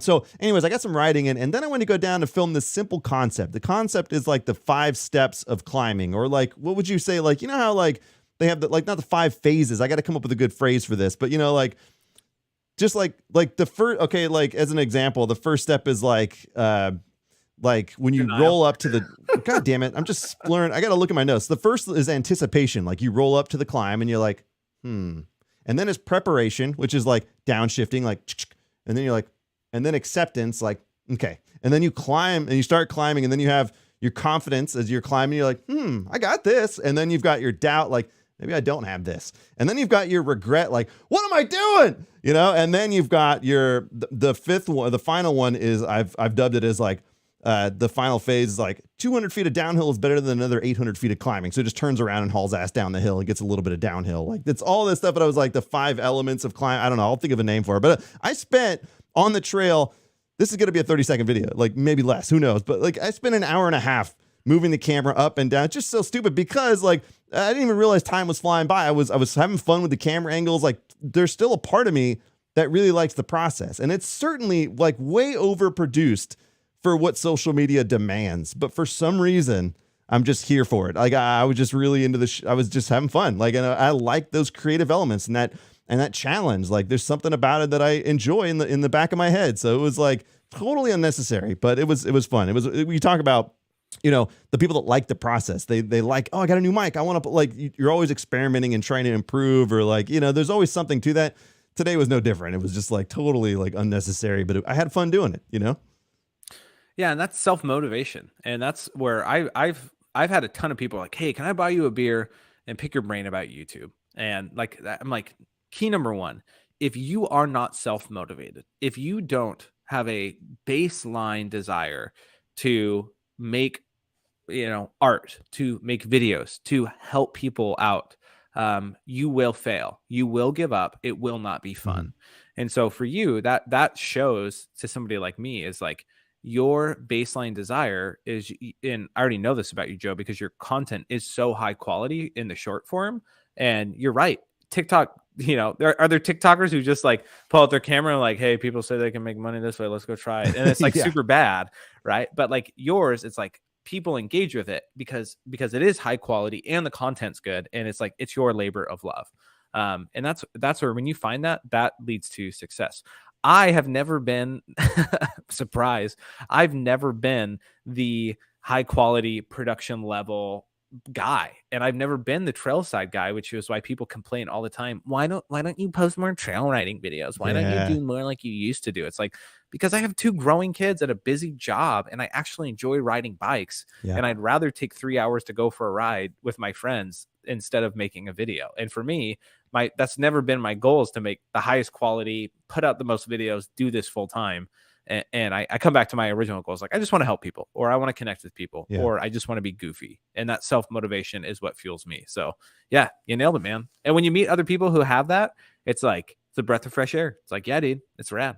And you just want to talk about it. And sometimes you see that as like an evolution of content too, right? Like of course, everybody starts their channel one way, and then it evolves and you do different styles. And like now you're doing informational stuff too, which is really cool. And you've done that in the past as well. But this is kind of really like honed on the bike industry stuff that's been, you know, you could go in phases too. You could be like, oh, I made enough of that. Now I'm going to go back to a ride video or something. Like, all those things happen. You learn new skill sets as you do it. Like, all those things are just fun. And like, I think for me as a content creator, we won't talk too much about this before we lose everybody in chat. But, you know, I think about like as a content, because they're going to be like, shut up. Jesus, talk about bikes for a second. We're tired of it. Tell us about the bike industry. I know. But the thing is, the funny part is, and people will complain about this post after, like most of the people in live chat are like YouTubers and stuff anyway. So it's always funny how that works. But I think about like when I was making YouTube videos and I kept pushing it further and further with production quality and stuff, and like not a burnout happened, but it was like, man, no return on all that work because I didn't know how to market it right or whatever it was. I didn't do the right thumbnail title. It doesn't matter. Anyways, it's a lot of work for nobody to see it. And so when I like took a step back and started making short form content, like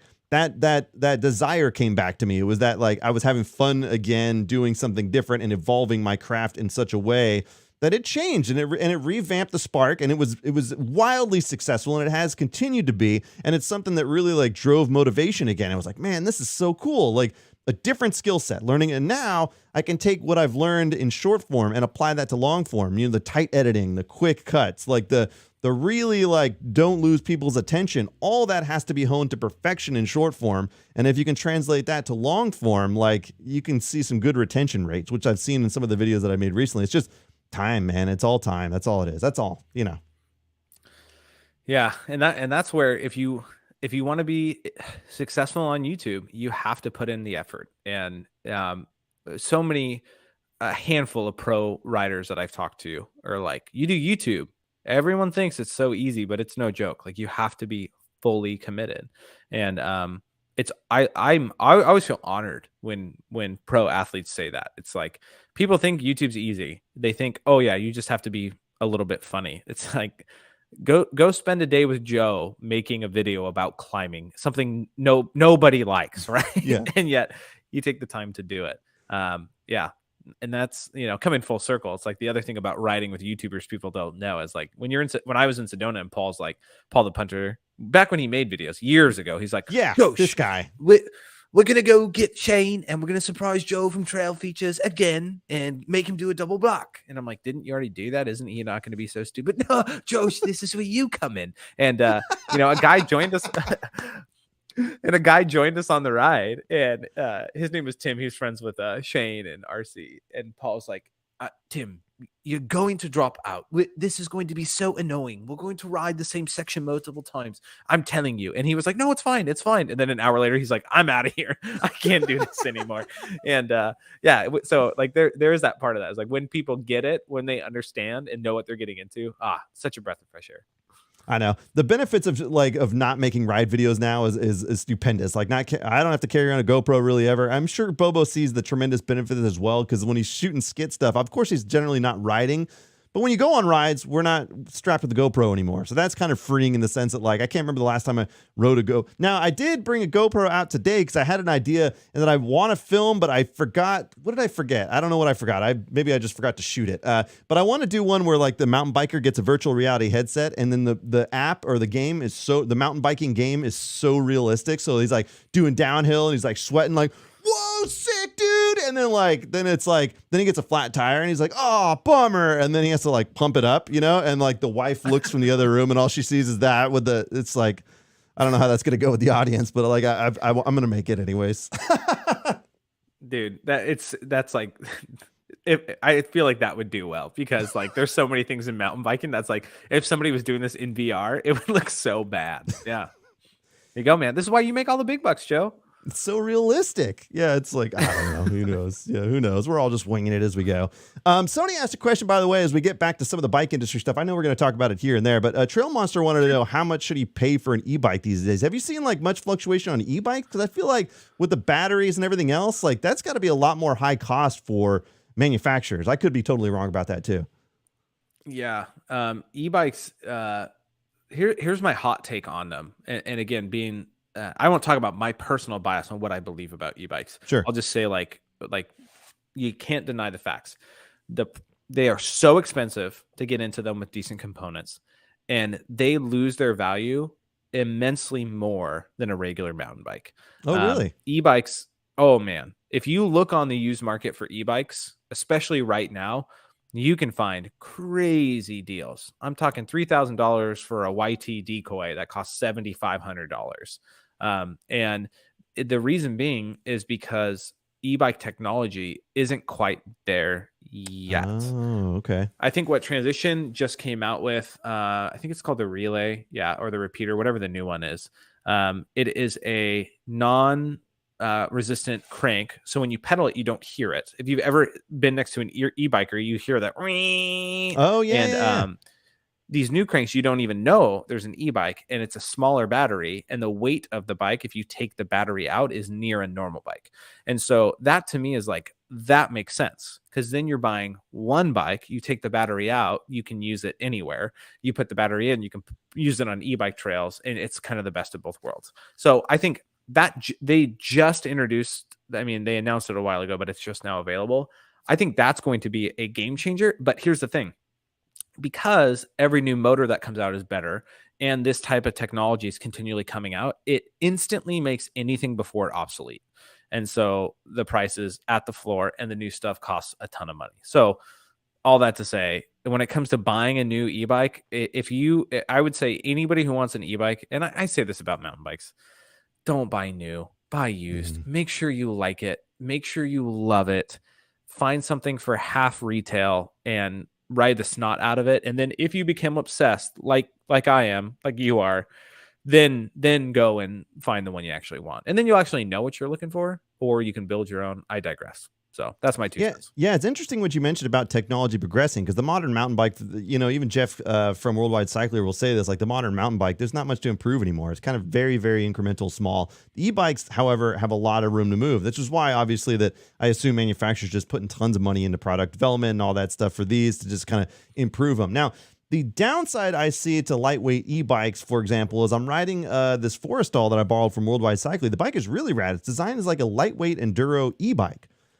So the battery and the motor are both very small, and so it's really pretty lightweight comparatively. It shreds. The thing just maneuvers quick on the trails, The downside is like when I do these massive climbs, it doesn't seem to help that much. You know what I mean? Like, which I don't mind. I'm putting in the work, but to me, the benefit of an e-bike is that the climbs are easier. Like it doesn't feel like the motor's strong enough to handle that. And then the distance is very short. Like, for example, I think 10 to 12 miles max. Like I went on a ride where my goal was to start from the trailhead and ride the trail up to the top where I could session some downhill up and over like this, back and forth. That's how I session. I just do like that. That's how you do it? Yeah, that's how I practice. Do it. Yeah. Double sessions. Anyway, so I go up and I go to the top of the mountain, and if Robert's still here, I was riding one of his trails, the Mandalorian out in the Disneyland area out here.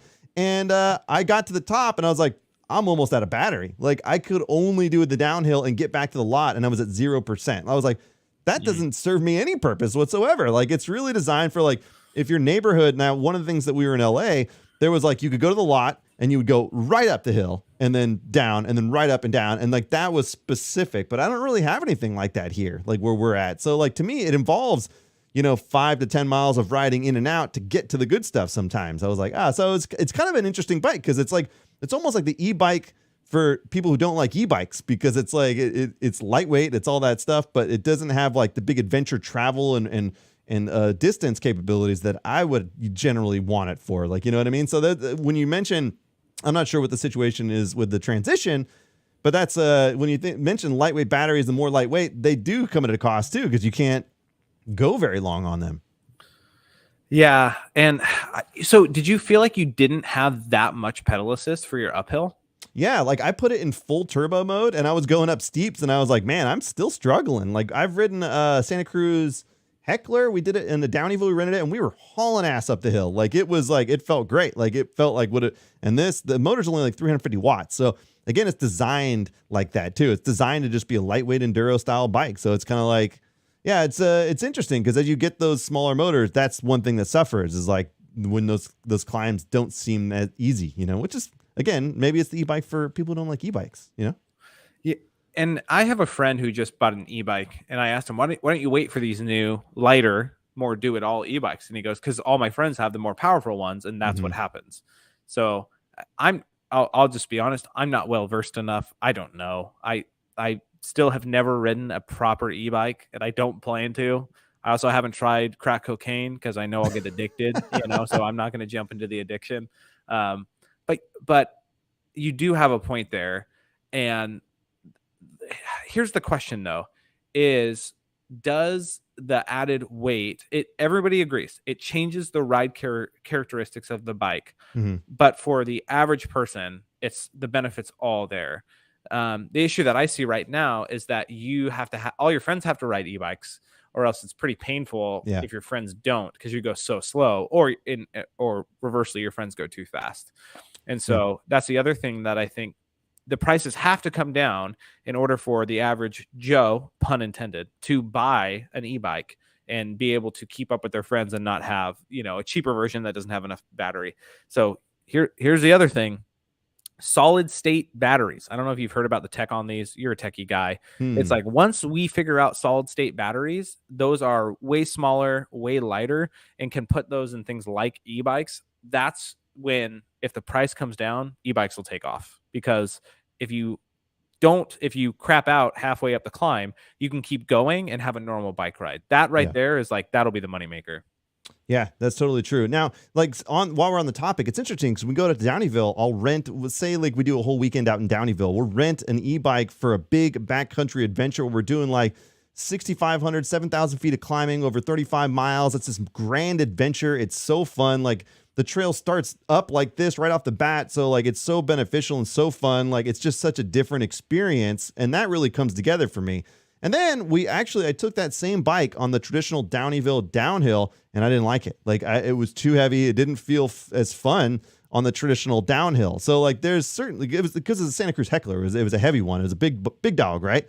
Or whatever it was. Yeah. But it definitely, like I was like, man, I kind of wish I had my bike here. So it's like, there's all those trade-offs. I will say that I've had an e-bike in the garage that I borrowed for the last, couple months or whatever. And I've ridden it maybe 2 times. Like it's It doesn't like it's not something that needs to be in regular rotation, but I love the idea of the big rides. Like the normal, like just going to cruise out of Granite Bay or like a quick session. There's potential, but like you said, unless cost comes down and stuff, it just doesn't seem very feasible. I think it's way too overpriced, was everything in the mountain bike industry for a couple years there. Yeah, and so I genuinely appreciate that and Jay says it's like they're just getting started. It's like, yeah, they are, and eventually they are going to grow. And again, personally, I don't own an e-bike. I even if the price comes down, it would literally take all of my friends buying them for me to jump on that bandwagon. Yeah, because part of mountain biking for me is the fitness. I enjoy burning calories. I'm a weirdo. I like climbing a little bit. I like it too. Yeah, I do. Yeah. I have big love handles, but I climb better than most. And so because of that, I have to flaunt what I got. Am I right or am I right? Right. You're a liar. You run like 18 miles a day, don't you? I only run 19 miles a day, but I'm increasing that. But no, I'm still pudgy, even though my cardio is good. Sure. But yeah, I think there is I don't know. Maybe I'm just a glutton for punishment. I also like hardtails, and I still ride a hardtail nonstop. So maybe I'm just that person who is sick and twisted. So we'll see.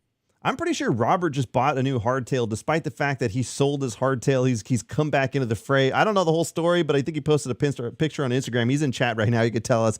He's a guy who just like comes out with bikes. He had a custom design one that he sold, and now he's got like this matte black. It's not nearly shiny enough for him. So I have assumed he's just going to do some rad wrap on it or something to make it look real cool.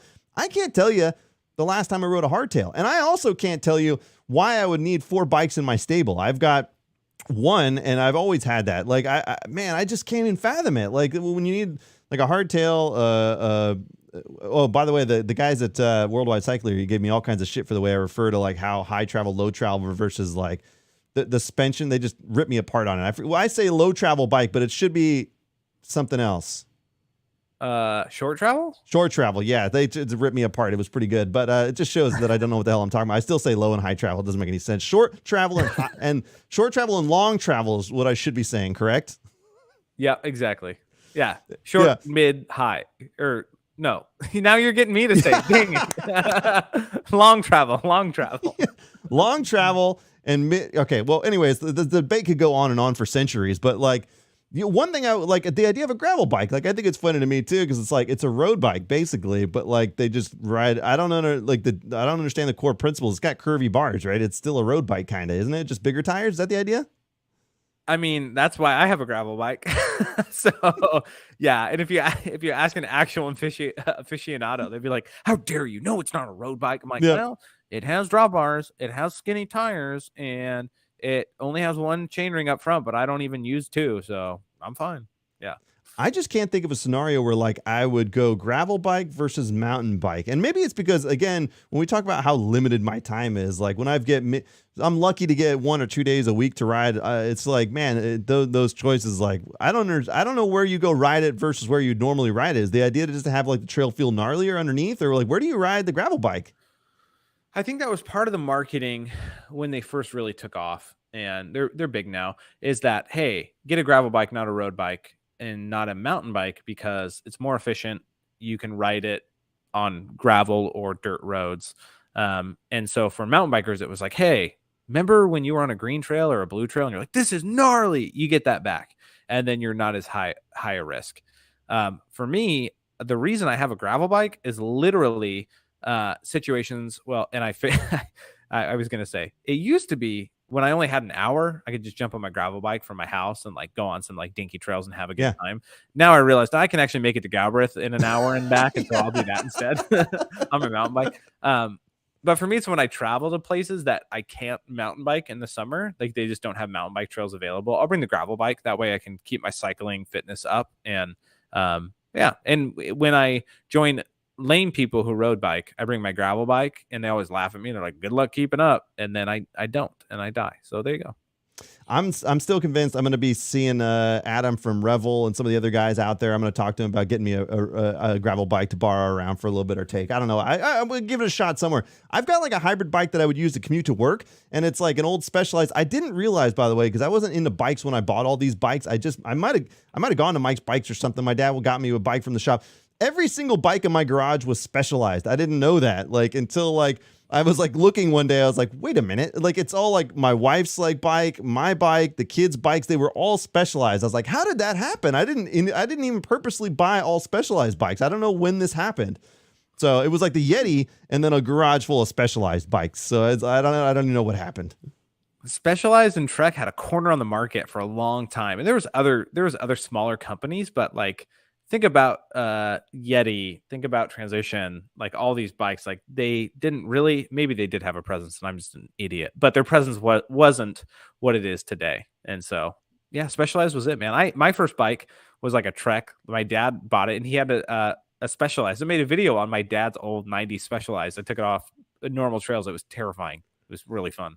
I still remember like everybody would say like everybody had Huffies. And so they said like I would rather, there was like maybe it was a bumper sticker, maybe just something we all knew. It was just like I'd rather walk than ride a Huffy was a thing. Like, oh, dude. Yeah. Good old Huffies. And now if you see somebody with a Huffy, you're like, how are you anywhere? That's amazing. I know. It's impressive. It's impressive.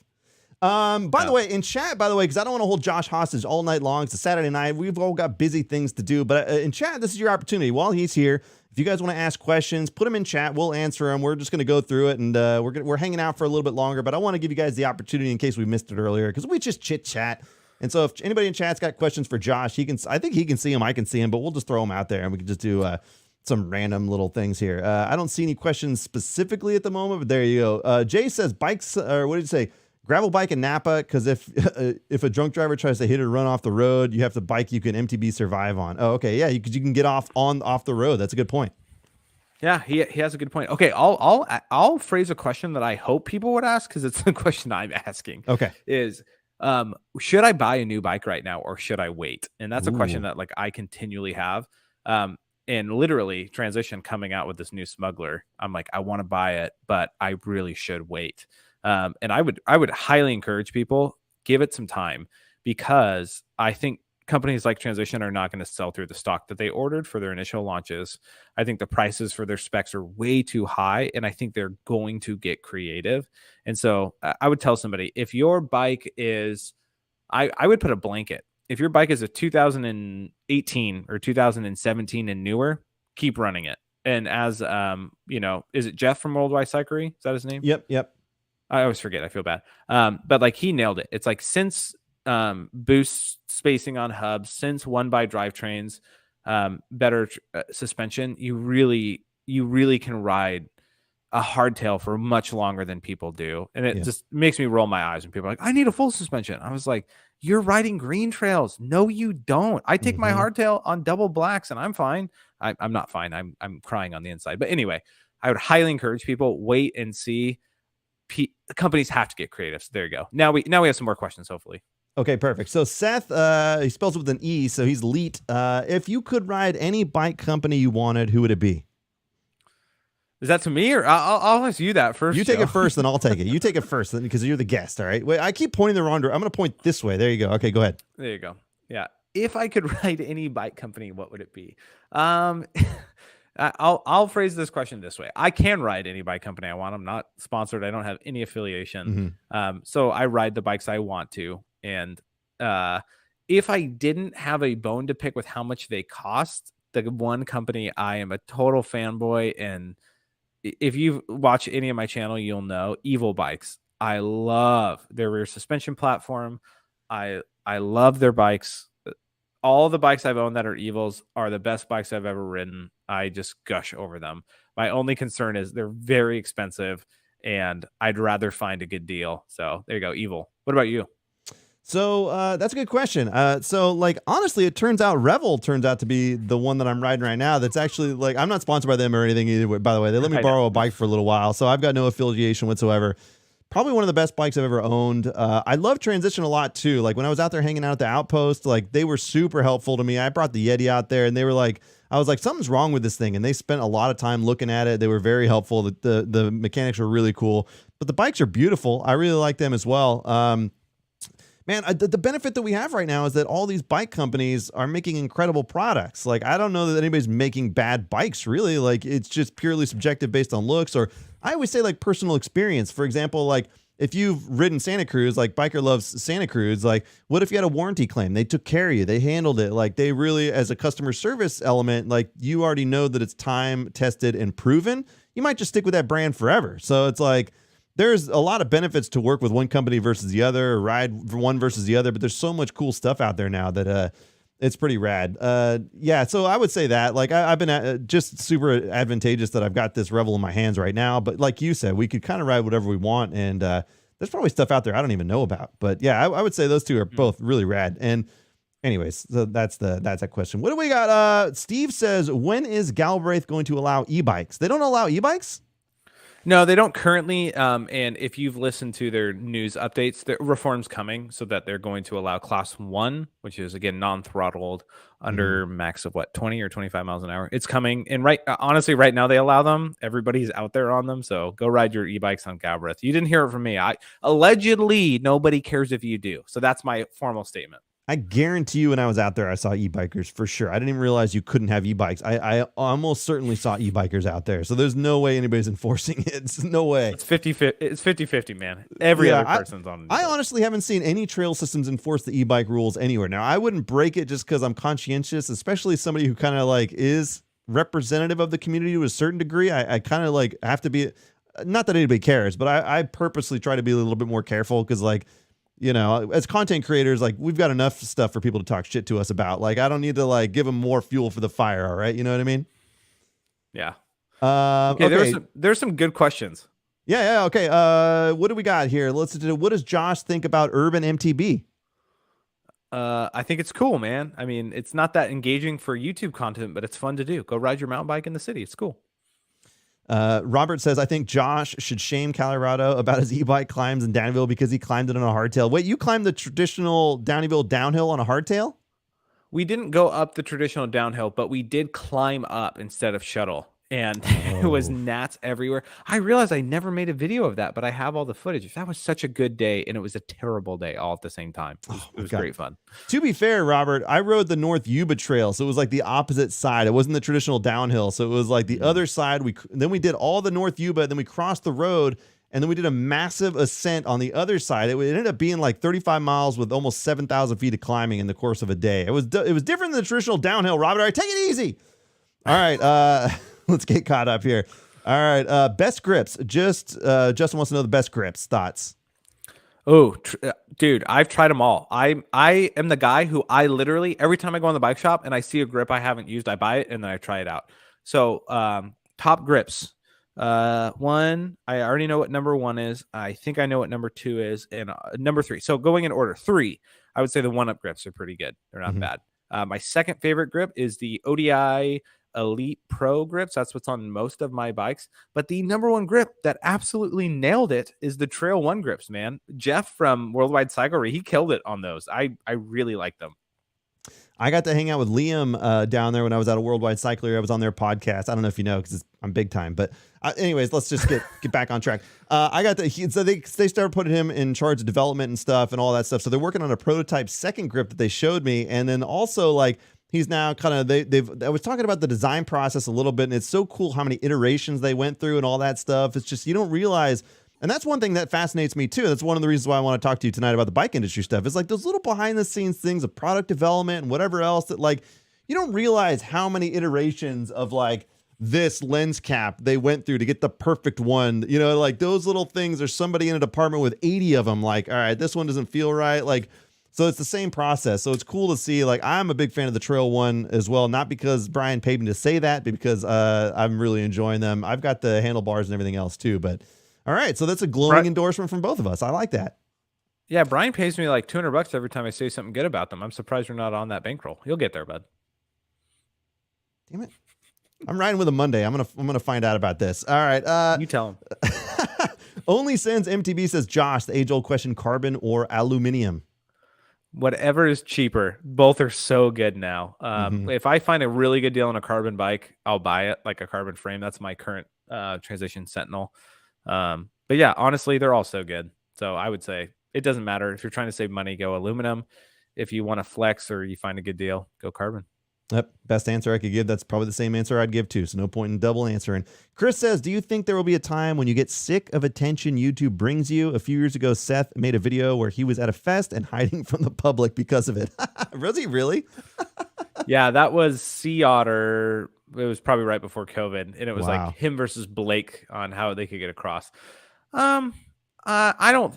My goal was never to go full time and be big, and so for me, I'm no. The community is so welcoming and inviting that I haven't seen negativity from it. The only negativity I've seen is like very marginalized. It's very few people. So for me, I only see the positive in it, and I really enjoy it.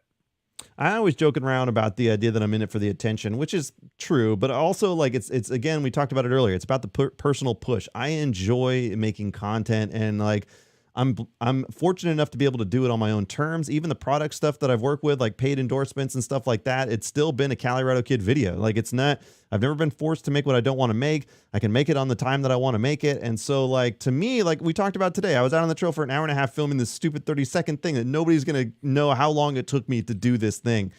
But I enjoyed the process, and there's still a creative reward for me when I make this stuff. And so whether it's a short or a long form or a live stream or whatever else, there's a certain level of enjoyment that I personally get out of all this. So like, again, like, will I get sick of it? Maybe if I do, I would stop. But like right now it's purely selfish, right? Like it is fun to me, and I enjoy it. And so I'm really stoked that people actually enjoy it on the back end too. I'm fortunate in that regard, you know? Yeah. Marty says, what's your thoughts on unicycles? Never ridden one, never gonna ride one. Marty, what about you, Josh? Dude, there's a unicycler. There's a whole group of them in Bellingham who ride mountain bike trails. They're gnarly. So if you unicycle, you have all the respect from me in the world. Sweet. Best value MTB tire. There's no value Oh, there's a new company, Delirium, making like half price tires that I heard are pretty decent. I know that. But everything else is pretty pricey still, I think, tire wise, aren't they? Everybody's talking about the new Continental tires. I don't know. I haven't ridden them yet. Joe, you just shared with me news I didn't know about. Delirium half off tires that are pretty good. I was like, I'm the audience for that. Yeah, I think they're called Delium. I got to reach out to them because Jeff works with them and stuff like that too. I've seen people rocking them. I know they've been working with some creators. Like, so there's I think they're like half the price of normal tires, and they from what I can tell, and somebody in chat may be able to correct me here, they perform pretty well for the price. So something to think about. Dog, man. I just found my next tire that I'm about to purchase after this live stream's over. Yeah. They should support you, Joe. You're selling them, man. Good job. Yeah, just spreading the word, man. I'm just spreading the word. We're all mountain bikers here, aren't we? That's the funny thing about working with brands too, by the way, is like it's been cool working with brands in the industry because like you help each other. It's like, Ninja MTB sent me this pretty rad ramp to like shoot something, and like it's been fun to play around with. The kids had a blast on it and stuff, and it's like those things, like it's cool sometimes to help like companies that are doing in the industry that we're trying to do stuff. You know what I'm trying to say. Yeah, I get you. Maybe Joe. not. I get you. All right, I'm catching up. We got a few more questions, I think. Let's see. Any more questions? Any advice? Okay, here we go. So that's got to go. Any advice for starting a channel? I really want to start, but at the same time, I'm hesitant. So I'm going to start with this one, if you don't mind, Josh. Even though you're my guest, I'm taking over. I was listening to the Pink Bike podcast starring the one and only Paul the Punter recently, and one interesting thing that Paul said is that people ask him that all the time. They're like, "What should I do? Like, how do I start a YouTube channel?" He's like, "You just start doing it. Like there's no barrier to entry. All you need is your cell phone, and you can make a YouTube channel. There's no really. You just have to overcome." For me, in my element, I had to overcome the need for perfection. I have that, and it still shows through in some of the stuff that I do that is sometimes detrimental. Like, unless it's perfect, I don't want to do it. And I should have just started way earlier. I could have made a lot of headway, but there's no barrier to entry. You could just start. You literally. Josh, what do you say? Yeah, I would say just start making videos. But more than that, my biggest piece of advice that every YouTuber that I've ever told, they're like, yep, that's it. And people don't know it. Only make videos that you yourself would want to watch. If you are making videos to become a YouTuber, but if you're honest, you would not actually watch your videos, then you're wasting your time. Yeah. If you make content you would personally enjoy and wish was out there, you will be successful, period. Yeah, it's a great point. And again, like having that stuff that you make that you'd want to watch, that's your personality coming through. Like I've always made the stuff that I think is funny, and I'm lucky that other people think it's funny too. But like, yeah, it's just, and you have your own voice. Like that's the best part about it. Like it's one of the things that held me up when I first started too. And I've talked about this in the past. Like I was like, well, there's plenty of people making videos like about riding and stuff. Like what would I have to add like that they aren't already doing? And it turns out a lot. You know, so it's like you never quite know what your voice is going to be or how it's going to form, but there is something to that where like, your voice and your opinions and thoughts are your own. Like nobody else has that. That you have a gold star in that regard. So it's kind of fun. You could have something you never even knew existed, and that's this whole channel all formed from that idea. It's like I originally wasn't even going to do anything. I was like, nah, everybody's riding their bike. What do I have to add? And turns out a lot. So there you go. Yeah, and for me, like I made the Daily Mountain Bike Rider logo and name like 4 months before I posted my first video. And I was like, I had the idea. I knew I wanted to do it. And I knew it before then. And then it's like, finally I made my first video. So yeah, just do it. I dig it. I dig it. A couple more questions before we call it a night tonight. Trey says, what group set is best in your opinion? That's definitely a question for you. Wait, I got to go this way for your side because I don't know what he's talking about. Yeah, and Trey has said like 1,000 times, dream bike, dream bike, dream bike. Okay, Trey, I'll give you my dream bike. Let's do it. I'll answer the group. Yeah, group set question first. Best group set for the price, in my opinion, would be Shimano SLX. I think they have way better clutches, or even Dior. The Dior stuff is solid. Mm-hmm. Get an XT shifter, Dior cassette, Dior derailleur. You're ready to go. As far as my dream bike would be, I kind of said like I'm a fanboy for Evil. My dream bike would be a bike I already own that I sold because it was way too expensive, which was the Offering. I love the Evil Offering. Smuggler seems nice too. I like the mid travel 29ers. That's my lady. That's my style. So that's what I'd choose.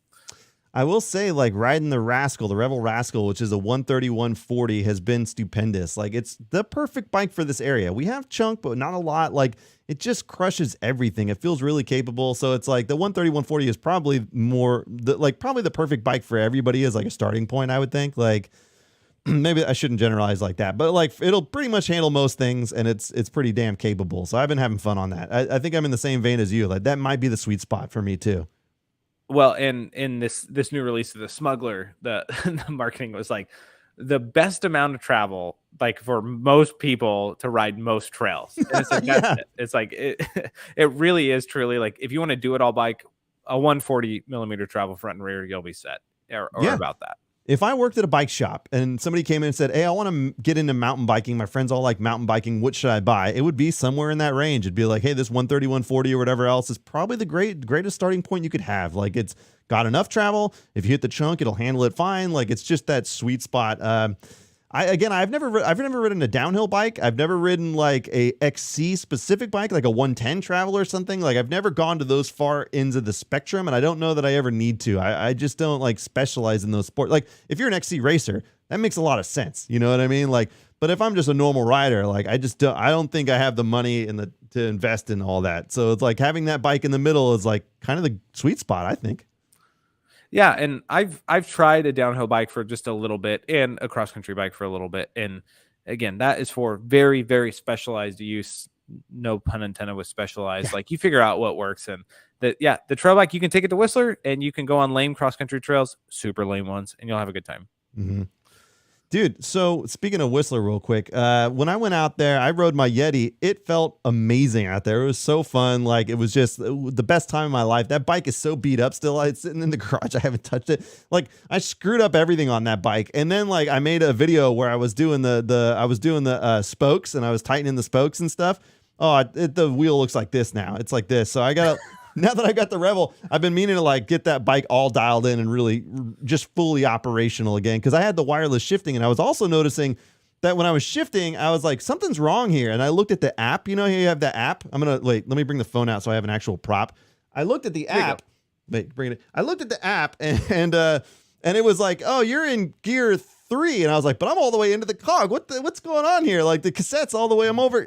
It's all screwed up. I haven't even looked at it. Bike maintenance is certainly not something I want to spend my time on, despite the fact that it's kind of fun to do like as a live stream, because it's just everything goes wrong. But like, I would rather be making a video than like working on my bike. So I need a trusted mechanic. I need Robert to come over and help me. I don't know what I'm doing.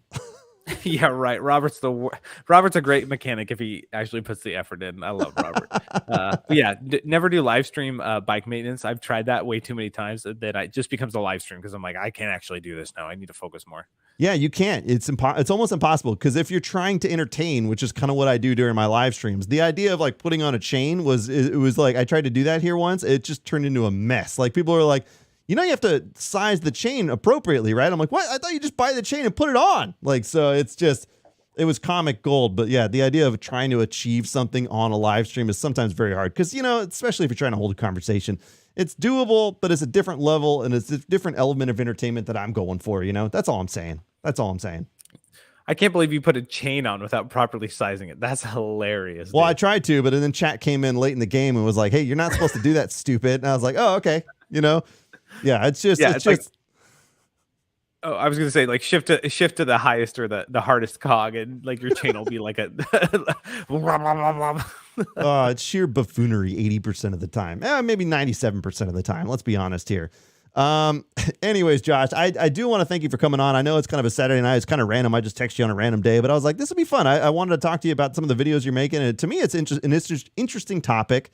It was cool to get it in here and have some people ask questions about the whole bike industry stuff. You guys, I don't know, like one thing I never do in live streams, by the way, is like introduce people because I always just assume everybody knows who people are when they come in here, which is probably not the greatest idea, but it seems like everybody knows what you're doing and what you're into. So if you guys haven't seen his latest videos about the bike industry stuff, I think it's like very advantageous for us that are in the mountain biking world. It's interesting to see the behind the scenes. It's interesting to see the cogs and the cassettes behind it all. But thanks for coming on, Josh. That's all I wanted to say there. That's all I wanted to say.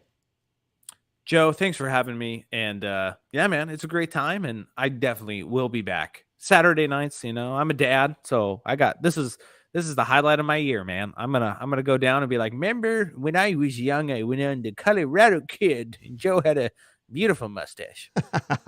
Now, this is the best part about this too, is like, this is the untested technology. This Streamlabs OBS added this chat feature in here. So I wanted to give it a shot. We did it live. I got to rework some stuff, but I think it worked and I'm stoked that it did, that it didn't crash and burn completely. But again, one downside is I made that screensaver that I told everybody I'm almost more excited than any video I've ever made that I made that screensaver of me. And it was so good. So the downside is something happened, like Premiere crashed and wiped the file because I wanted to go in and make a bunch of different versions, like a blank version and a bunch of other versions. I've got to go rebuild. I had to do keyframes for every little hit across the screen on this. I spent an hour and a half making this. It's so stupid. Dude, and if you don't know what keyframing is, that's like so impressive. That's a lot of work. Yeah, everything, every little thing I had to do. So I built it all by hand, and now I can't find because I wanted to go and build a blank one. Basically, what I'm trying to say is for the end screen. I'm just excusing myself before I get to the end screen. I wanted to build one for the end screen as well, but what happened is now that the file's wiped, I just used the same one as the live stream starts in. It's just so we're just reusing assets at this point, Josh. But thanks for coming in, buddy. I'm going to roll the screensaver, and we'll talk to you soon. I'm bummed I won't see you in Sedona, but I do. Hopefully, we'll get up and ride with you in Galbraith one day soon. Let's do it on Galby. Let's do it. Let's do it. All right. Thanks, everybody in chat for jumping in, and we'll see you on the next one. If you missed the beginning and all the other stuff, go catch it. I'll put it up on YouTube, and then I'll put it in podcast form at some point, too. But we'll see you guys on the next one. Okay.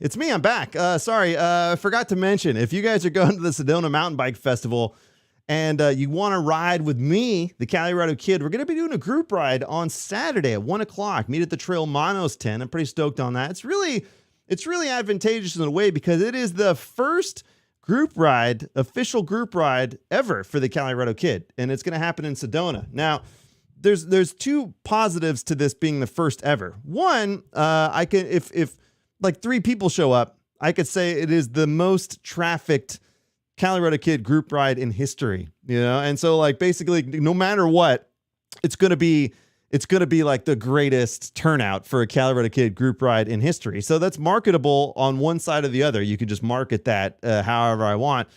More importantly, like I've actually like Chamois Butter is stoked on it. So they sent me a bunch of stuff to give out. They're going to. I haven't got it yet. And in addition to that, I don't know if I mentioned, I have officially signed in a new sponsor to the channel. It's called a company called Everyman Jack. I'm waiting for all the stuff to come in so I could show it off officially. I'll be doing that on IG and talking about it. But I hit them up. I was like, hey, by the way, as a side note, if you guys want to send me stuff for that, like I'll just give it away. Like you don't have to. They were like, yeah, let's do it. So they're going to supposedly send me some more stuff. I should have told them in the first place because they're sending me a bunch of stuff to make videos with and all. It's just planning's not my strong suit. You know what? Yeah. Anyways, that's there you go. If you're coming to Sedona, come hang out. Otherwise, hopefully we'll ride together real soon. I'll see you guys on the next one. Thanks for hanging out with us on a Saturday night. You never know what's going to happen live with the Calirado Kid channel. I don't know. All right, so here we go. Don't worry. We're officially done now. There's no way that I come back again. We're done. All right, we're gonna close it out. We're gonna just close it out.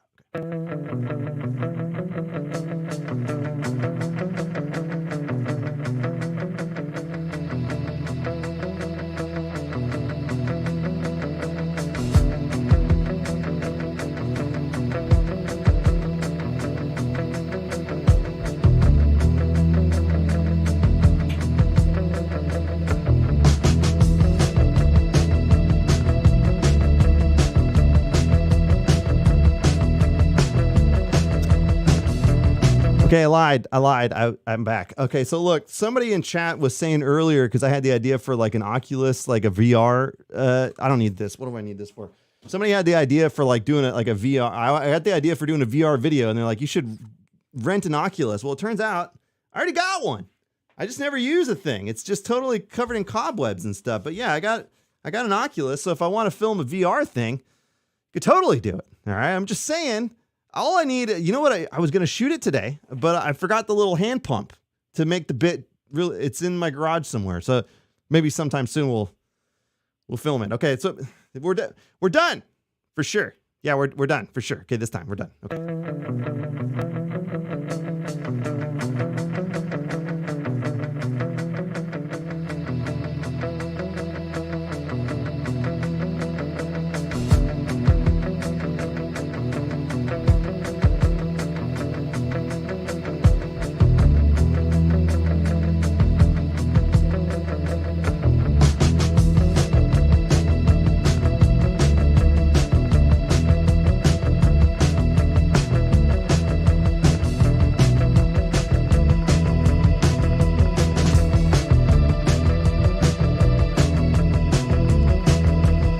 Okay, we're done officially this time. I wanted to say thanks to everybody for jumping in and sticking around. You never know when the after credit scene they're going to roll. One day I'll tease the next. You know what I should do if I was smart is I would line up like the next guest ahead of time, and then I could tease them in one of these after things like the Marvel universe, but like the Calirado universe, where like after the end of the live stream, if you stick around long enough, you could get a teaser scene as to who might be the next guest in here. It's just this is the stuff I think about. Sorry guys, you know, you just.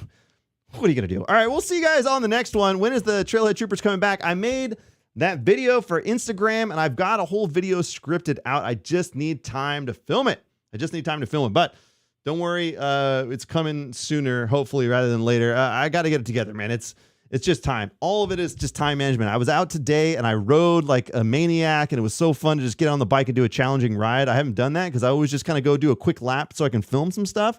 It was nice to have some personal time, some riding time, and I did film one thing. I've got like 5 videos that I wanted to shoot today, and I got one of them done. So it's just all time. If I can make it work, but I got to get fit for Sedona. If I'm going to be hosting a group ride out there, I got to look good, all right? I got to look good doing it. So yeah, anyways. Okay, sorry, guys. Trey, I do see you, man. Jesus. Trey's behind me? All right. Anyways, we'll see you guys in the next one. Okay, okay, bye. Okay.